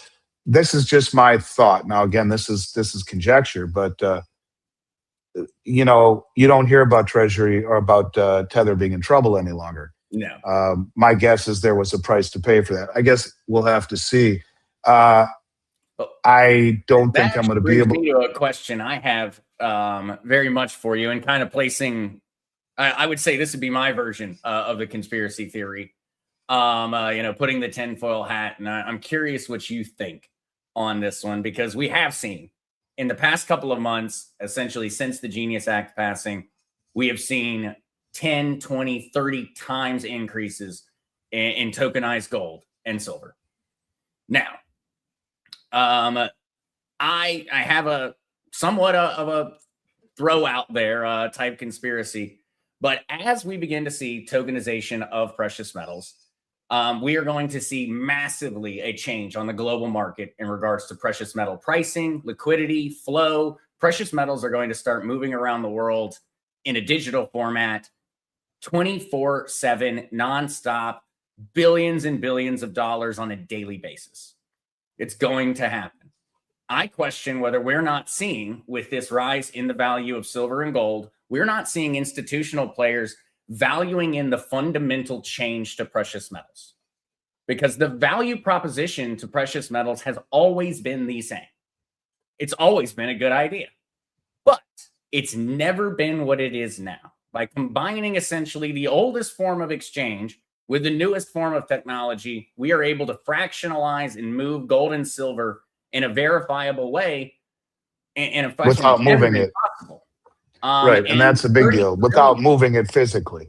Yes, and $30 trillion. If we say that the gold market cap, a lot of the articles say 30 trillion. We know that's probably not accurate. It's probably a far higher number. But even if we just take 30 trillion, if $30 trillion of liquidity is suddenly entered into the market, is now looking for opportunities to provide liquidity, to earn an interest, we're looking at one of the largest wealth injections, capital injections in human history occurring. And it's entirely backed by physical, real world assets. And so we do have, of course, the paper silver and paper gold problem. It's real. I don't think that really requires very much of a deep dive. But I believe at the same time, as we are watching paper silver and paper gold be targeted, we're also watching the fundamentals of precious metals change. Yeah. They're no longer the same. It's no longer grandpa's saving mechanism. It is now entering into a world of where I could go on Friday and have my paycheck in gold. And that is a fundamental change. Gold has more value now than it has ever had in all of human history, essentially, would be my argument, because blockchain technology has solved the problem of I think I need to have you come work for me, Zester. I think you would fit in very well. You got a problem with that, Mark? No. I've just been sitting here because it's conversations we have all the time. And this is where we're hitting the point where fundamentally it can all change. First time in history. That's why. I think that's why we're watching so many things in the markets be tied together. The Bitcoin Act. Why does the Bitcoin Act call for the revaluation of the Federal Reserve Bank's gold? It's in the Bitcoin Act. Why? It doesn't make any sense. Yeah, there was an art. It's funny too. Because, why is it there? Why are these things tied together? Because it's funny. Are necessary to pay off the U.S. debt. Donald Trump going to pay off that debt. Donald Trump Jr. Speaking on behalf of like one of the scam gold companies. I wish it weren't that way, but he wrote something and saying, "It is my belief that my father will likely revalue gold." There was have you seen that? I'll find it next time I'm on your show, and I'll bring it. I'm gonna have to go, you guys. I gotta head out in a minute here, but I'll try to come on tonight. But I'll bring that. I'll send it to you. If you look up Donald Trump Jr., I think it was Birch. I'm not sure. One of the companies that I'm not. I'm with you. We're just gonna leave that one there. Yeah. I will try to come back. Send me the link for tonight. I got a flight. I didn't realize it was already 11:45. I'm getting the hook right now. I got to jump on another one. But you guys are great. You're a smart kid, Zester. You're not much of a kid anymore, but you're smart as hell. I think you should bring your other son on too, because he impressed the heck out of me too the first night I met him. What was his name? I haven't talked to him in a long time. Yeah, Riley. I think Riley needs to come on. We need to bring him into this conversation too, because you got some smart kids. Never met your daughter, but your two boys are top notch. I mean that sincerely, Zester. You're a smart guy. And I validate everything you just said. I think there's a fine line between conspiracy and reality. I think Occam's razor, logic, these kind of things come into play more than you would think. And I admire your courage to say these things. That's what I've always done. And, you can say this is my opinion. I wonder, is it a conspiracy? I don't know, but I admire it. Anyways, I love you guys. I will try to come on tonight. And everyone stay well. Thanks for letting me ramble. All right. Thank you so Thanks, much, Andy. Take care. Bye, guys. Yeah, you too. Take it easy. Always a pleasure to have Andy from Miles Franklin on, guys. Where to even start on that one? Because we opened a can of worms. I don't know if we should keep going with it or let you jump on some of the things you wanted to touch on today. Well, actually, that's kind of a lot of what I was going to talk about for our first little crypto segment or crypto update over here. A lot of what Andy was talking about is actually exactly what I was going to jump into, especially starting with the Clarity Act, because that is the biggest news of this moment on the cryptocurrency side. And the thing that really doesn't matter what crypto you hold, you're looking forward to the Clarity Act passage. Some crypto holders looking forward to it more, depending on what you hold, whether it benefits you more than others. But that would be where we were planning on starting, Pops. Yeah, well, perfect. I'm just going to let you rip. If you need me, I'm here. I'm just going to minimize myself unless you want me here and let you just start ripping. And folks, number of you guys, well, where do I find Zester? How do I find Zester? So he is changing his schedule to help us. So he's going to start doing, after Andy on Wednesdays, he's going to start doing a crypto segment, kind of like your crypto of the week. Now, he still does Monday and Friday on his own channel. You guys can go ask more personal questions, but I'll let you explain that one. I'm just going to turn it over to you. Oh, no. Sounds good, Pops. And so, yes, from now on, folks, on Wednesdays, I'm going to be joining over here. We're going to be doing more of a crypto roundup, a little bit less of a Q&A. I'll still try to answer as many questions as possible, but more of an update on everything going on in the crypto space. Of course, you can still come hang out on Mondays and Fridays over on Crazy Kryptonaut and ask specific questions, and we'll go through far more nuanced or specific details of crypto, setting up wallets or what wallets are good, things like that. But otherwise, I'm very excited to jump in and give everybody a little bit of an update on everything going on in the crypto world, and especially in the context of precious metals and really the interconnectedness that cryptocurrency or blockchain technology is starting to have with the rest of our conversations. Whether you're talking about gold and silver, whether you're talking about the flow of money around the world, whether you're talking about elections, now we're starting to see blockchain technology become a central part of that conversation. And so I'm going to jump in today. We're going to kind of do a little bit there's going to be a lot of things thrown at folks who have not been keeping up a lot with the market. But we're going to talk about the Clarity Act, what's going on with the Clarity Act. We're going to talk about tokenized gold and silver. And we're going to, from there, we're going to talk about XRP and things that have been going on in the world of the ISO tokens in particular, how exciting the Clarity Act is for them, but also kind of keeping in mind how exciting the Clarity Act is for Ethereum holders and Bitcoin holders. It's an exciting piece of legislation for essentially every different type of cryptocurrency holder, regardless of whether you're focused on real world assets or just pure speculation. And so, as I like to typically start off with, we're going to go ahead and go for the overall price charts. And so sorry there, Pops. I tried to throw your screen up for a second. Now I got it. And we'll just start with where's the market currently at. We've had a very rough start to 2026 on the cryptocurrency side. Bitcoin has struggled to maintain above 70,000. And things have been moving so quickly. About an hour ago, I was putting together my notes for the show. And at that point in time, I was looking at $73,000 Bitcoin. And so things are changing quickly. We currently see, as of right now, Bitcoin sitting at 71,321, Ethereum 2180, XRP sitting at $1.44. Overall market volume, $105 billion has moved through cryptocurrencies in just the past 24 hours.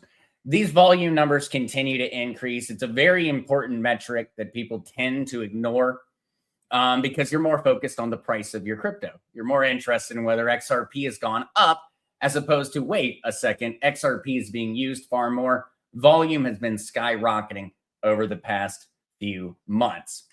But with that, let's go ahead and get straight to the most important conversation on the cryptocurrency side right now, and that is the Clarity Act.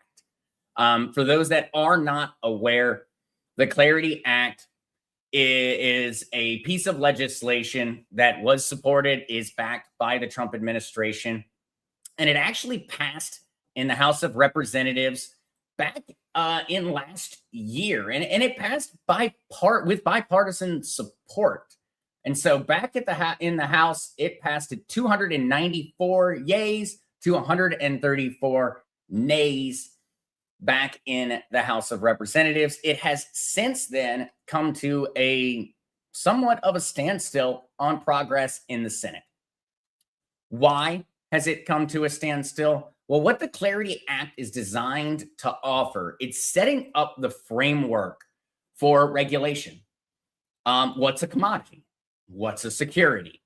What's a company that is a cryptocurrency exchange? What are they allowed to do? How are they allowed to market?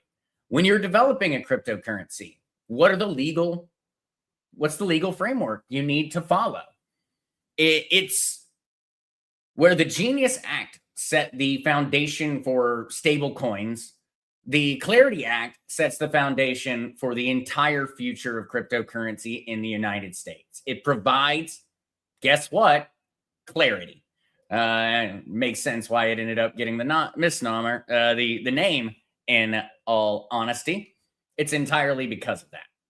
Now, it includes a bunch of different things. Besides just setting out what's supposed to be regulated by the CFTC as opposed to the SEC, it also establishes all other forms of how are you supposed to be transparent about how your blockchain works. How are you supposed to go about fundraising or bringing in dollars in order to create your new cryptocurrency project? It's a grab bag. It's essentially all of the different little necessities required to start the foundation of future legislation. And it has come to a complete standstill because of essentially one part of it. And the major opponent to the Clarity Act is the banking lobbies. And the banking lobbies have gone into absolute imagine the mentality of the kid on the basketball court when the calls aren't going their way, and he just so happens to be the kid who owns the basketball that everyone's playing with. That's the bank mentality at this point in time when it comes to the Clarity Act, and they're hyper-focused on the idea of yield or interest being earned by us as consumers on stablecoins. And they've used quite strong language on this front. According to the banking lobbies, and this has been a conversation that's been ongoing now since December, at least in public. According to senators, this conversation's been going on since September of last year. But for us, you know, the folks that have to wait until they let us know, this conversation's been public since December. And the banking lobbies are holding the Clarity Act hostage over the idea of yield or interest being paid on stable coins, whether those are US-backed stable coins, gold-backed stable coins, silver-backed stable coins, treasury-backed stable coins, any type of stable coin, anything that's backed by real-world assets that's being provided or in any form or fashion could be utilized to generate a passive income. The banks don't like that. The banks are arguing that essentially if the Clarity Act is allowed to pass and interest on stablecoins is allowed to be provided by cryptocurrency companies, it will bankrupt the United States financial system. That is their argument. And they're right. It will. And I would like to jump into that real quick with everybody. Why would this bankrupt the United States banking system, potentially bring the financial system to its knees? And it all comes down to the fact that banks and their ability to utilize your liquidity or your capital to generate an interest for them is what's been keeping this whole house of cards standing. And so we have here continued. This actually comes from March 10th. This conversation has been ongoing for the past few months. Trump set a March 1st deadline for a compromise on the Clarity Act. Came directly from the office of the president himself. That unfortunately was not achieved because of the stablecoin yield conversation. And, well, we're running out of time on that front, but it's legitimate. It's very, very legitimate. And so let's just go ahead and look at why the banks are freaking out over the Clarity Act and why are you constantly hearing about this whole yield conversation. It's, as Andy actually said just earlier, when he was referring or talking to about gold futures and about different financial vehicles, is that conversation is often had in public, but it goes right here. And that means that they're allowed to essentially have incredibly important conversations that are going to influence all of our futures directly in front of us without us really paying attention. That's what's happening right now on the Clarity Act.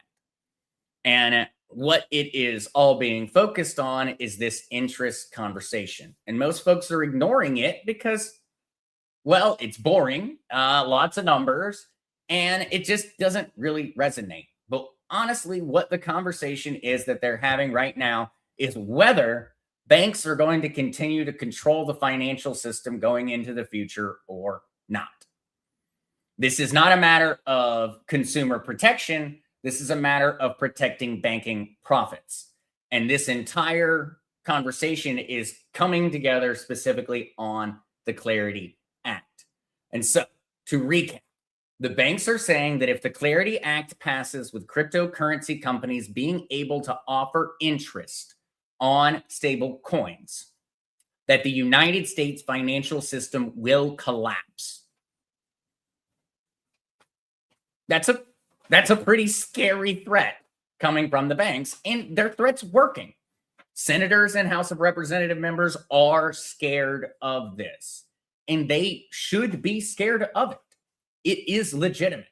And the very easy way to understand why this is such a legitimate threat is to look at nothing more than the average yield on a national savings account. And so as of right now, March 2026, a savings account, the national average is coming in at a whopping 0.39. 0.39.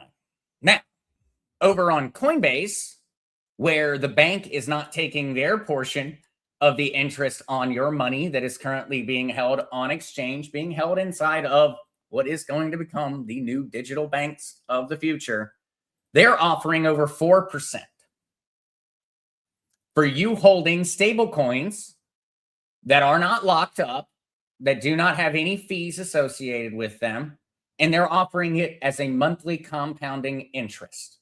And so I went and did a little bit of math real quick on that one because I thought that it might be helpful to place this into context, and then you'll really see why the banks are so afraid. And so at this current monthly rate, we would see 0.039% APY.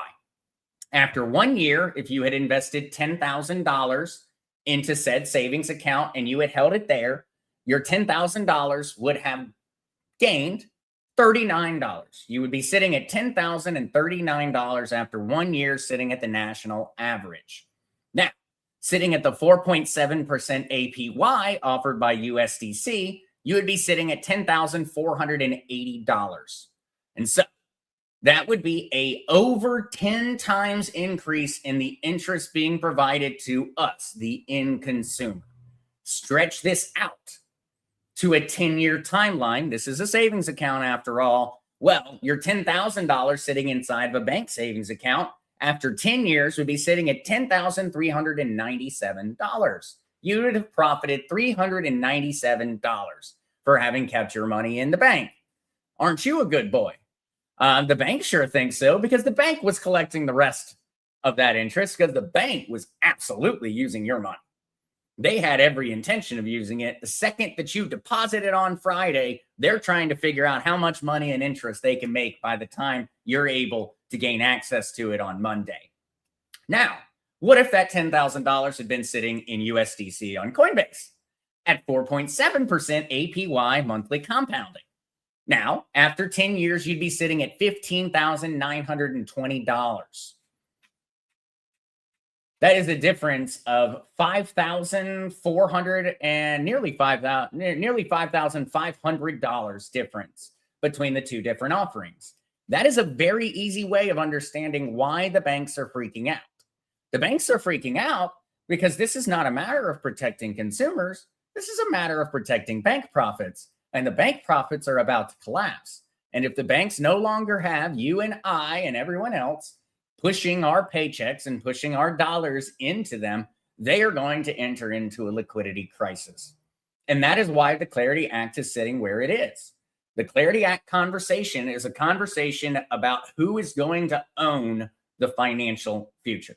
Are the banks going to maintain control? Are centralized exchanges going to maintain or are going to achieve control? Or are we actually going to benefit consumers in the long run? Because the people who stand to benefit the most from being able to earn these yields are us. It's not the banks. It's not the exchanges. It's us. And that's the reason that this conversation has brought the legislation to a standstill, because it's us. And you know who they really don't like helping out? Us. because we don't offer the crazy amounts of dollars and the crazy benefits that the lobbies do. We can't compete with the lobbyist dollars. And so we are having an extremely important long-term conversation occur in public view without the public acknowledging it. And that is what I really wanted to convey on the Clarity Act. There's so much more to dig into. We do see a lot of positive movement coming out this week. We've gotten a few announcements. And also, the SEC and the CFTC just yesterday decided that they were going to stop waiting. The CFTC and the SEC went ahead and actually adopted the rules and laws from the Clarity Act. And so while the Clarity Act remains stalled in the Senate, we are continuing to see progress occur. Ultimately, the SEC and the CFTC probably initiated the largest announcement of the year just yesterday. And that is where they established the distinction between which crypto companies, which tokenized securities are to be regulated by the Commodities Exchange and which are to be regulated as securities. There's so much more to dig into here. We see some positive movement in terms of getting the legislation through the Senate, but it's a very important conversation to understand, because if yield and interest is being allowed on these stable coins by cryptocurrency exchanges and crypto platforms, we are going to see a mass flight of liquidity, of capital from the US banking system over to the blockchain, because money goes where it's appreciated. And money views appreciation in the form of appreciation, AKA it goes up, it increases, it earns interest. Money's going to go where it earns the most. And so it's a very legitimate conversation. The banks are not wrong. If the Clarity Act passes with full interest abilities for cryptocurrency companies, we will see a mass capital flight from the banks that could result in a collapse of the United States financial system. That is why this has come to a standstill. That's why it's such a tough conversation, because the answer is screw the banks. They're the reason we're here in the first place, or at least they're a large part of it. They're the ones that got us here. Screw them. Yes, that's the mentality I take, but also I feel as if we all have to be understanding of the fact that there will be casualties in this process should the Clarity Act pass without any major compromises. All right, jumping from here over to tokenized gold and silver. As everyone is aware, gold has gone over $5,000. Silver hit 120 bucks a pop back in January.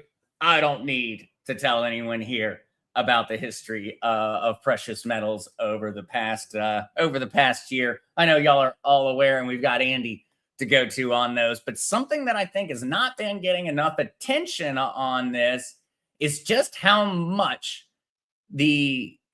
growth we have seen in the tokenized gold and silver markets.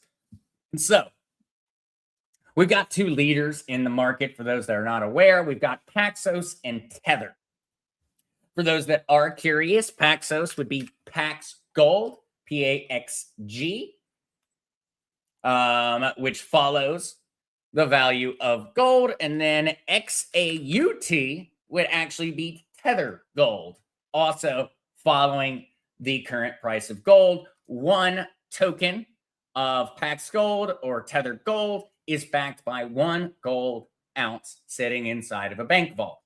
In the case of Pax Gold, that bank vault is in London. In the case of Tether, it's a great question where that gold is sitting. Most people believe that gold is currently sitting in China.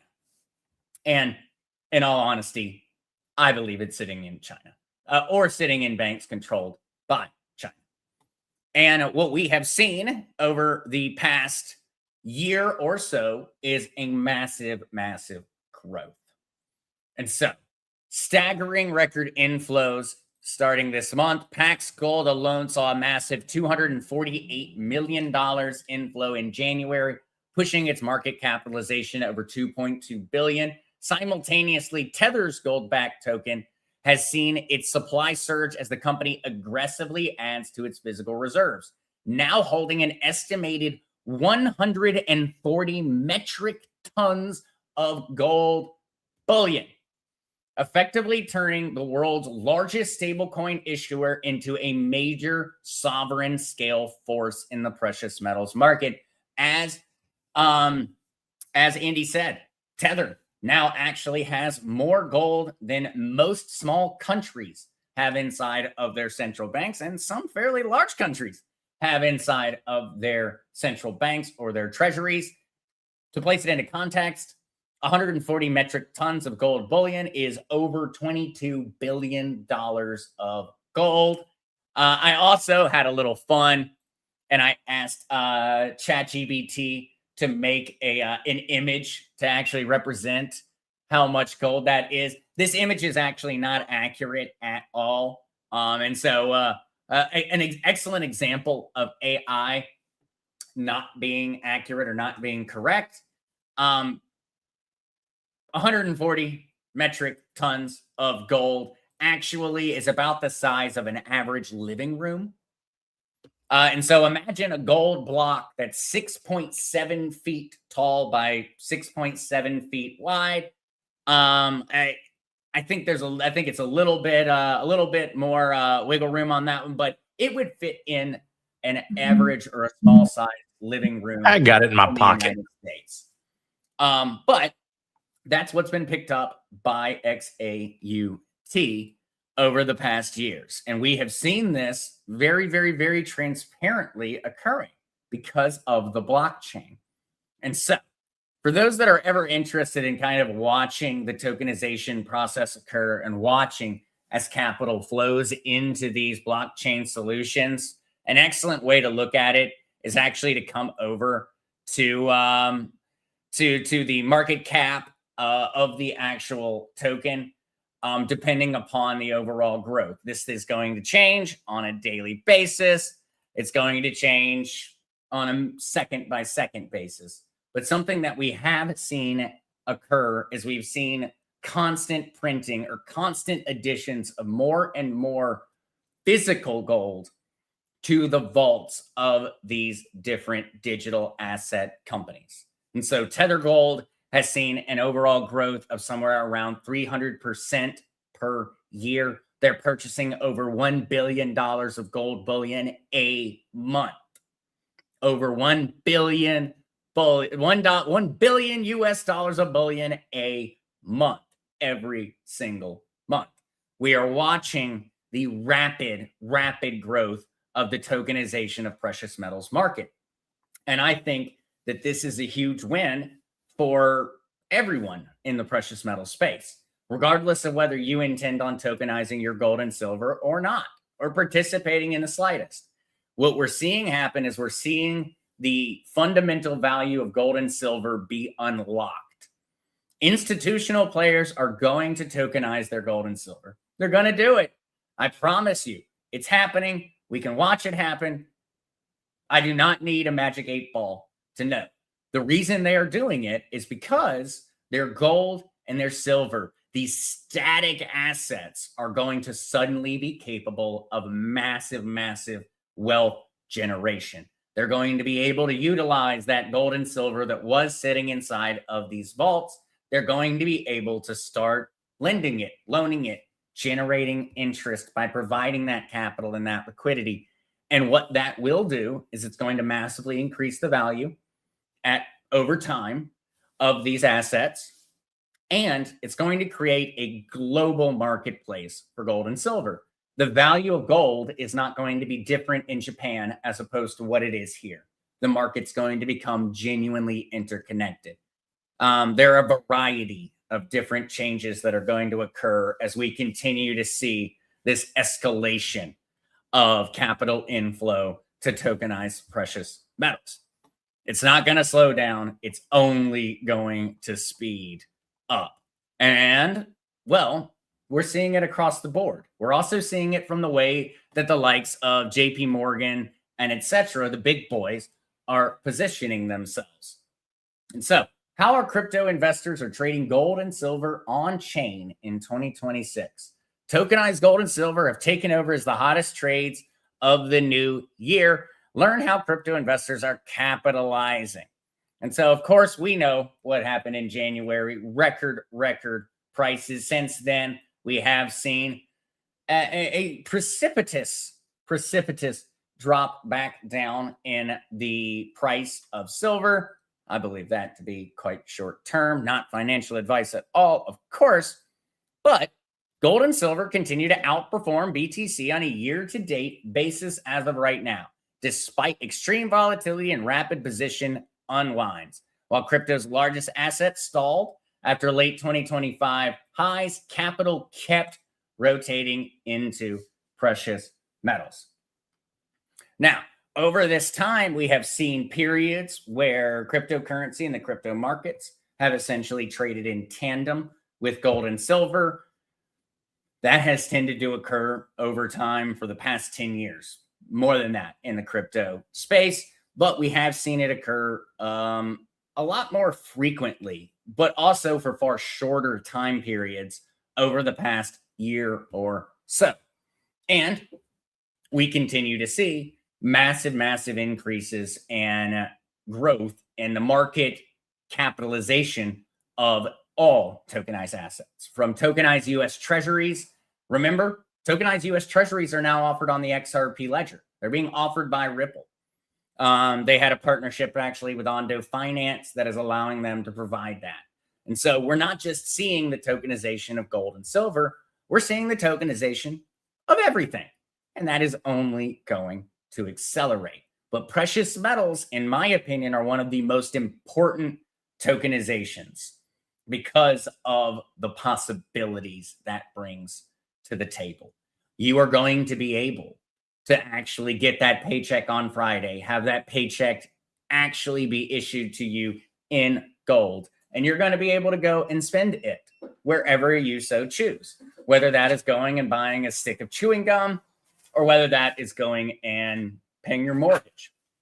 You're going to have that option, and that is a lot of what this conversation on tokenized metals is all about.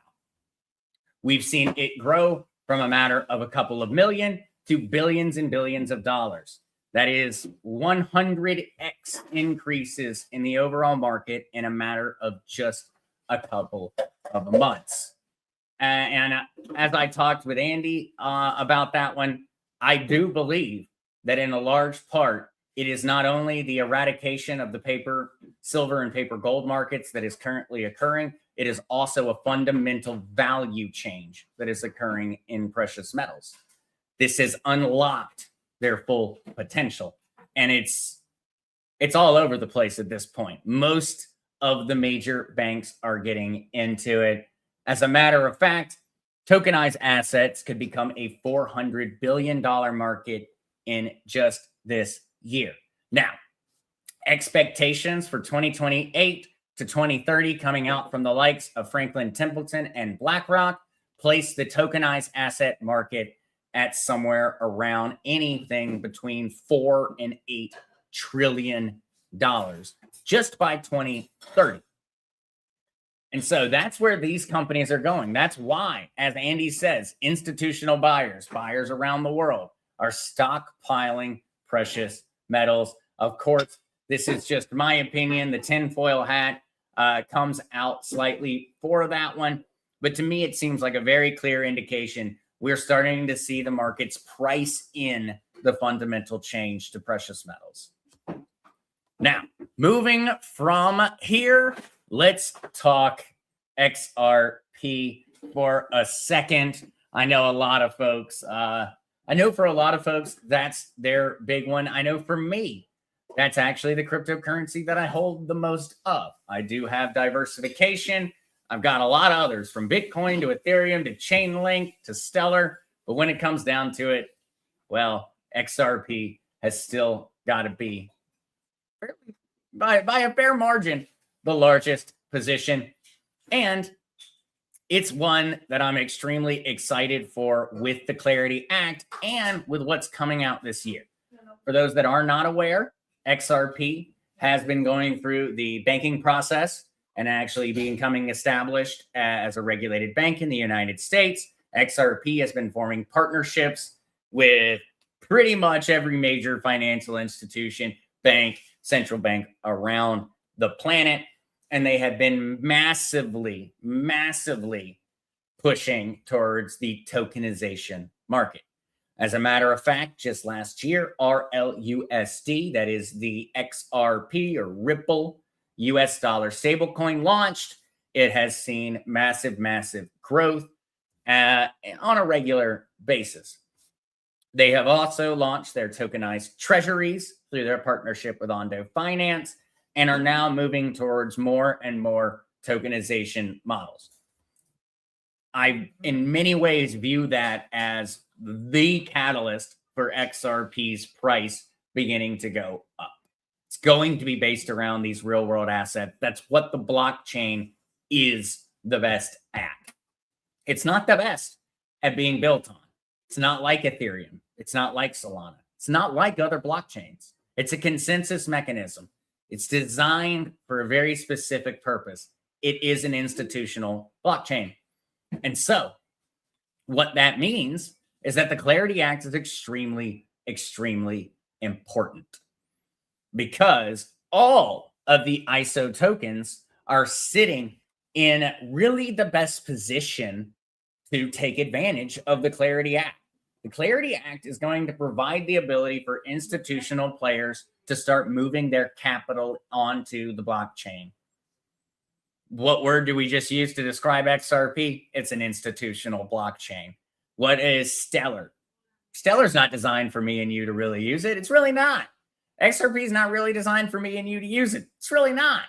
It's designed for institutional players. It's designed for cross-border payments. It's designed for instant transaction periods in stable assets. It's what it's good at. It's what it's designed for. And as we start moving forward, that is what it's going to be used for. And so, what else have we got on that front?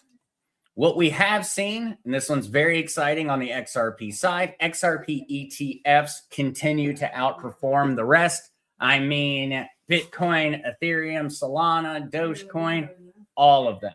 XRP ETFs actually managed to achieve over a $1 billion valuation in second place. The only cryptocurrency that managed to achieve over $1 billion locked into exchange traded funds was Bitcoin. And it was the first ever ETF. It's the big boy. It makes a lot of sense. But when you take that statistic and you place it into context, XRP came in second place, the second fastest to achieve $1 billion in ETFs. That means it beat Ethereum. It beat Solana. It beat cryptocurrencies that are viewed as being much, much larger than itself. And it's because it caters towards institutional players. And that's why this Clarity Act is so important for those of us holding ISO 22s, because they're in the best position to take advantage of this clarity. They should be the first cryptocurrencies that this institutional money flows into. That's why all of my focus is kind of consumed by the Clarity Act, because not only is it going to help my Ethereum, my Bitcoin, it's going to help the future of blockchain technology, it's going to massively benefit the tokens that are designed to be institutional players. They have the most to gain from this because they're in the position to gain the most from it. All right. Is XRP the new global plumbing? The case for a multi-trillion-dollar Ripple ecosystem by 2030. And what this article lays out is very much what I just went through. As we look at Ripple's positioning, as we look at what's coming down the pipeline regarding the Clarity Act, regarding the tokenization of real-world assets, of the cryptocurrencies out there, Ripple is in one of the best possible positions. They've got the ear of the president in regards to Brad Garlinghouse and his relationship with the White House. They have got some of the most advanced they're the farthest along a lot of the processes of certifications, of achieving Federal Reserve master accounts. Just a few months ago, first cryptocurrency company ever gained access to a Federal Reserve account in the form of Kraken. Kraken, US-based company, a cryptocurrency exchange, gained access to Federal Reserve master accounts. XRP and others are in that same pipeline. I would expect them to become fully integrated with the traditional financial system, SWIFT, etc., in the very, very near future. And, well, when it comes down to it, that is the major focus of crypto at this point in time. Pops, I don't know which other ones you've been hearing about. I know that for me, the major things to focus on have been around the Clarity Act, the entire conversation that is ongoing in regards to it, the fact that the banking lobby is really digging in and they're establishing trench lines on this yield question. I think it's a very clear indication of where we are going. The banks are fighting to stall this process as much as they can. Centralized exchanges, Coinbase, Kraken, Gemini, etc., they're turning into banks. And banks are turning into exchanges.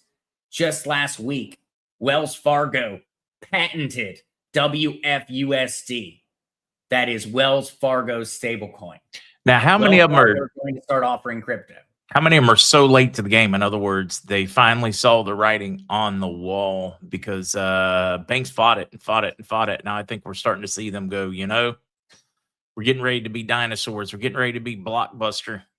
Yep, absolutely. I think that that's the reason we're seeing this stalling effort. The banks are doing their best to give as much time as they can. They're trying to play catch up. And the longer they can stall this, not only does it continue to keep the interest flowing to them, and so every day that's millions of dollars. And so that's a good enough reason in and of itself to stall. But I agree. I think that the other side of that coin is they're stalling in order to try and catch up. Kraken, Gemini, Coinbase, these are exchanges that have known what they want to be. They know they're trying to become banks. They've been pursuing that goal using the most advanced technology of the day for the past 8 to 10 years. Banks have been sitting there fighting this innovation because, well, this innovation, in all honesty, will destroy the U.S. banking system. As we know it. And maybe destroy is the wrong word. It will rewrite the rules. Yeah, completely rewrite the rules. We RVers should develop our own crypto with Zester as CEO. Yeah. Hey, nowadays with everything that's possible, hopefully they'll pass the Clarity Act and then we'll actually know the legitimate rules for doing things like that. Although I would say the announcement yesterday from the SEC and the CFTC is a far bigger deal than I think I made it out to be. They essentially went ahead and said, hey, legislators can't get their crap together, can't get this Clarity Act passed. We're just going to go ahead and implement the Clarity Act from a regulatory standpoint. And so when it comes down to that, there's a lot of weird things just happening. Doge or Shiba is now viewed as commodity. That's just craziness. So I mean, we're in a world where logic is still out on a smoke break. At some point soon, maybe logic will re-enter the chat room, but not at this point. Hot Corey Yoga. I'm holding 10 times more XLM than XRP because I'm looking at return on investment. XLM price looks more attractive to me. Thoughts? I'm kind of in his boat. I actually was just talking about this one on the XLM side because rewind a little bit, rewind just a matter of 6 months. I was actually getting very irritated with the Stellar Foundation and my XLM holdings because, well, the company was not making major announcements. The company was not pushing forward on real world asset tokenization. And that's really where Stellar can thrive. It's an extremely efficient blockchain. It has centralized natures to it in the same way that XRP does. And it has a very clear goal. Take a portion, take a market share of real world asset tokenization. And since the beginning of 2026, we have seen XLM start making announcements, start making partnerships. We've seen PayPal stablecoin is now being migrated over to the Stellar blockchain. We're seeing major partnerships occur. We've seen massive increases in the amount of total value locked liquidity on the Stellar blockchain. It's actually coming in second place when it comes down to it on real world asset tokenization. It's only being beat by Ethereum now. And so if you had asked me 6 months ago how I was feeling about XLM, I would have told you, and I did actually, in my prediction video that I did at the beginning of this year, I said, if XLM does not start making major announcements, I will be selling all of it. And well, I don't think they started making announcements because Zester said that, but they did start making announcements. And so now we're actually starting to get information on the Stellar side. I don't blame them. I think Stellar has been quiet for so long because of the persecution that XRP suffered from the SEC. XLM stayed quiet because they knew if they poked their heads above the trench line that the SEC was going to start coming after them also. And so XLM has been quietly building for many years. They're now starting to make announcements. They've got improvements and upgrades coming out. There's a zero knowledge privacy upgrade coming out on the Stellar blockchain very soon. There's a variety of other tech upgrades coming out that are slated for 2026, as well as massive partnerships. And Stellar actually just a few weeks ago went fully live and saw massive amounts of capital flow into it with its launch on the CME. That's the Chicago Mercantile Exchange. And so my thought process on Stellar has massively changed since just a few months ago because they have started to make announcements. 2026 is the year that crypto's got to put on its business suit. Crypto needs to be viewed as a corporation. There's no more time for speculation. There's no more time for future things and future releases and future money. It's now. And crypto is having to respond that way. XRP has got to become the same as any publicly traded company. XLM in the same way. When it comes down to it, the value of our XRP and the value of our Stellar is about to be dictated off of fundamentals and no longer speculation. Oh, total distraction there, but Farmer V, Trump just waived the Jones Act for 60 days. Wait, that's what? Definitely a distraction because the Jones keep going. Act is in regards to shipping to Puerto Rico and the other territories. But I wonder on that one. Philip, I agree. Said I bought XLM for years. Philip, I was ready. I was ready in December to start having a serious conversation with myself about selling all of my XLM because of the silence for so long. I had no intention of continuing to hold my Stellar throughout 2026 if we did not see movement. And well, now we're finally seeing that movement.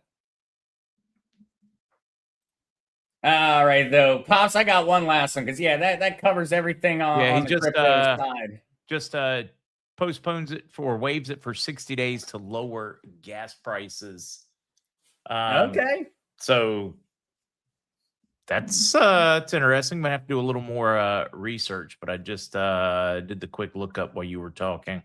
Yeah, no. Gonna have to do a little bit more research on that one. I would say totally devoid or totally away from the crypto side, Pops. I do think when it comes down to everything going on in the world that we are watching Donald Trump essentially execute the great gamble.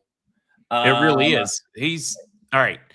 The whole world has written off the USA to the ash heap of history. And he is kind of on a loan, kind of like if you go back to late 70s, early 80s, the world had started writing off the U.S. and Ronald Reagan was like, not on my watch. Trump has said, not on my watch. I'm not ready for the ash heap history. Now, whether or not he's successful or not, we're going to see, or whether it's just a temporary renaissance. But he's reimagining the game, and it is throwing it and second guessing, triple guessing at it. It's masterful, and I don't have all the pieces.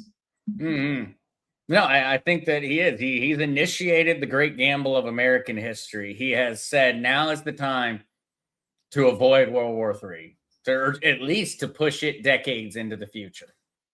I believe strongly that that's what he's executing. I don't know if I would take the waning empire perspective anymore. I believe that essentially we are watching the dice roll. The dice are on the table and they are still rolling. They have not, and you should be able to hear them. I mean, what should be the sound in your head right now should be the ball in the roulette wheel or the dice across the craps table, because the good reset, the bad reset, he is doing or the white hats, call them whatever you want. It is. Yep. They don't like the game, sir. Like, let's change the game. No, absolutely no. Trump is. It's scary because yes, we're watching oil prices skyrocket. We're seeing so much uncertainty, but I believe that he decided everybody else was driving around the NASCAR race in a circle, and at some point he decided, I'm cutting straight across the field. We're going to head off this entire conversation, and we're going to make certain that America does stay the global superpower. I strongly believe that he did. Look at the timing. Every war strategist, military strategist on the planet said that China needs to invade Taiwan by 2027, 2028 at the latest. Every major war strategist said Ukraine needs to achieve warm water ports by 2030. Russia needs to achieve warm water ports. Yeah. Russia needs to achieve. When it comes down to it, he is just preempting. Whether it works or not, that's a great question. I think that's the question everybody should be wondering about. But I find it very frustrating to see all the things coming from the media that are not understanding what he is trying to do. It is a gamble. It's the greatest gamble in American history. Oh, it's huge. Hugely. In other words, just change the complete game. Everybody's out here playing checkers. He's playing a different game. Yep. Yeah. 1776 was the only greater gamble. When some guys got together and wrote a declaration about something regarding independence. Other than that, there's never been a greater gamble in American history. I strongly believe that as we look forward, that will be how it's viewed. And I think he's going to win this bet. We're at a time in world history where everything lines up to be able to best odds ever of winning this bet. All right, I need to sing happy birthday.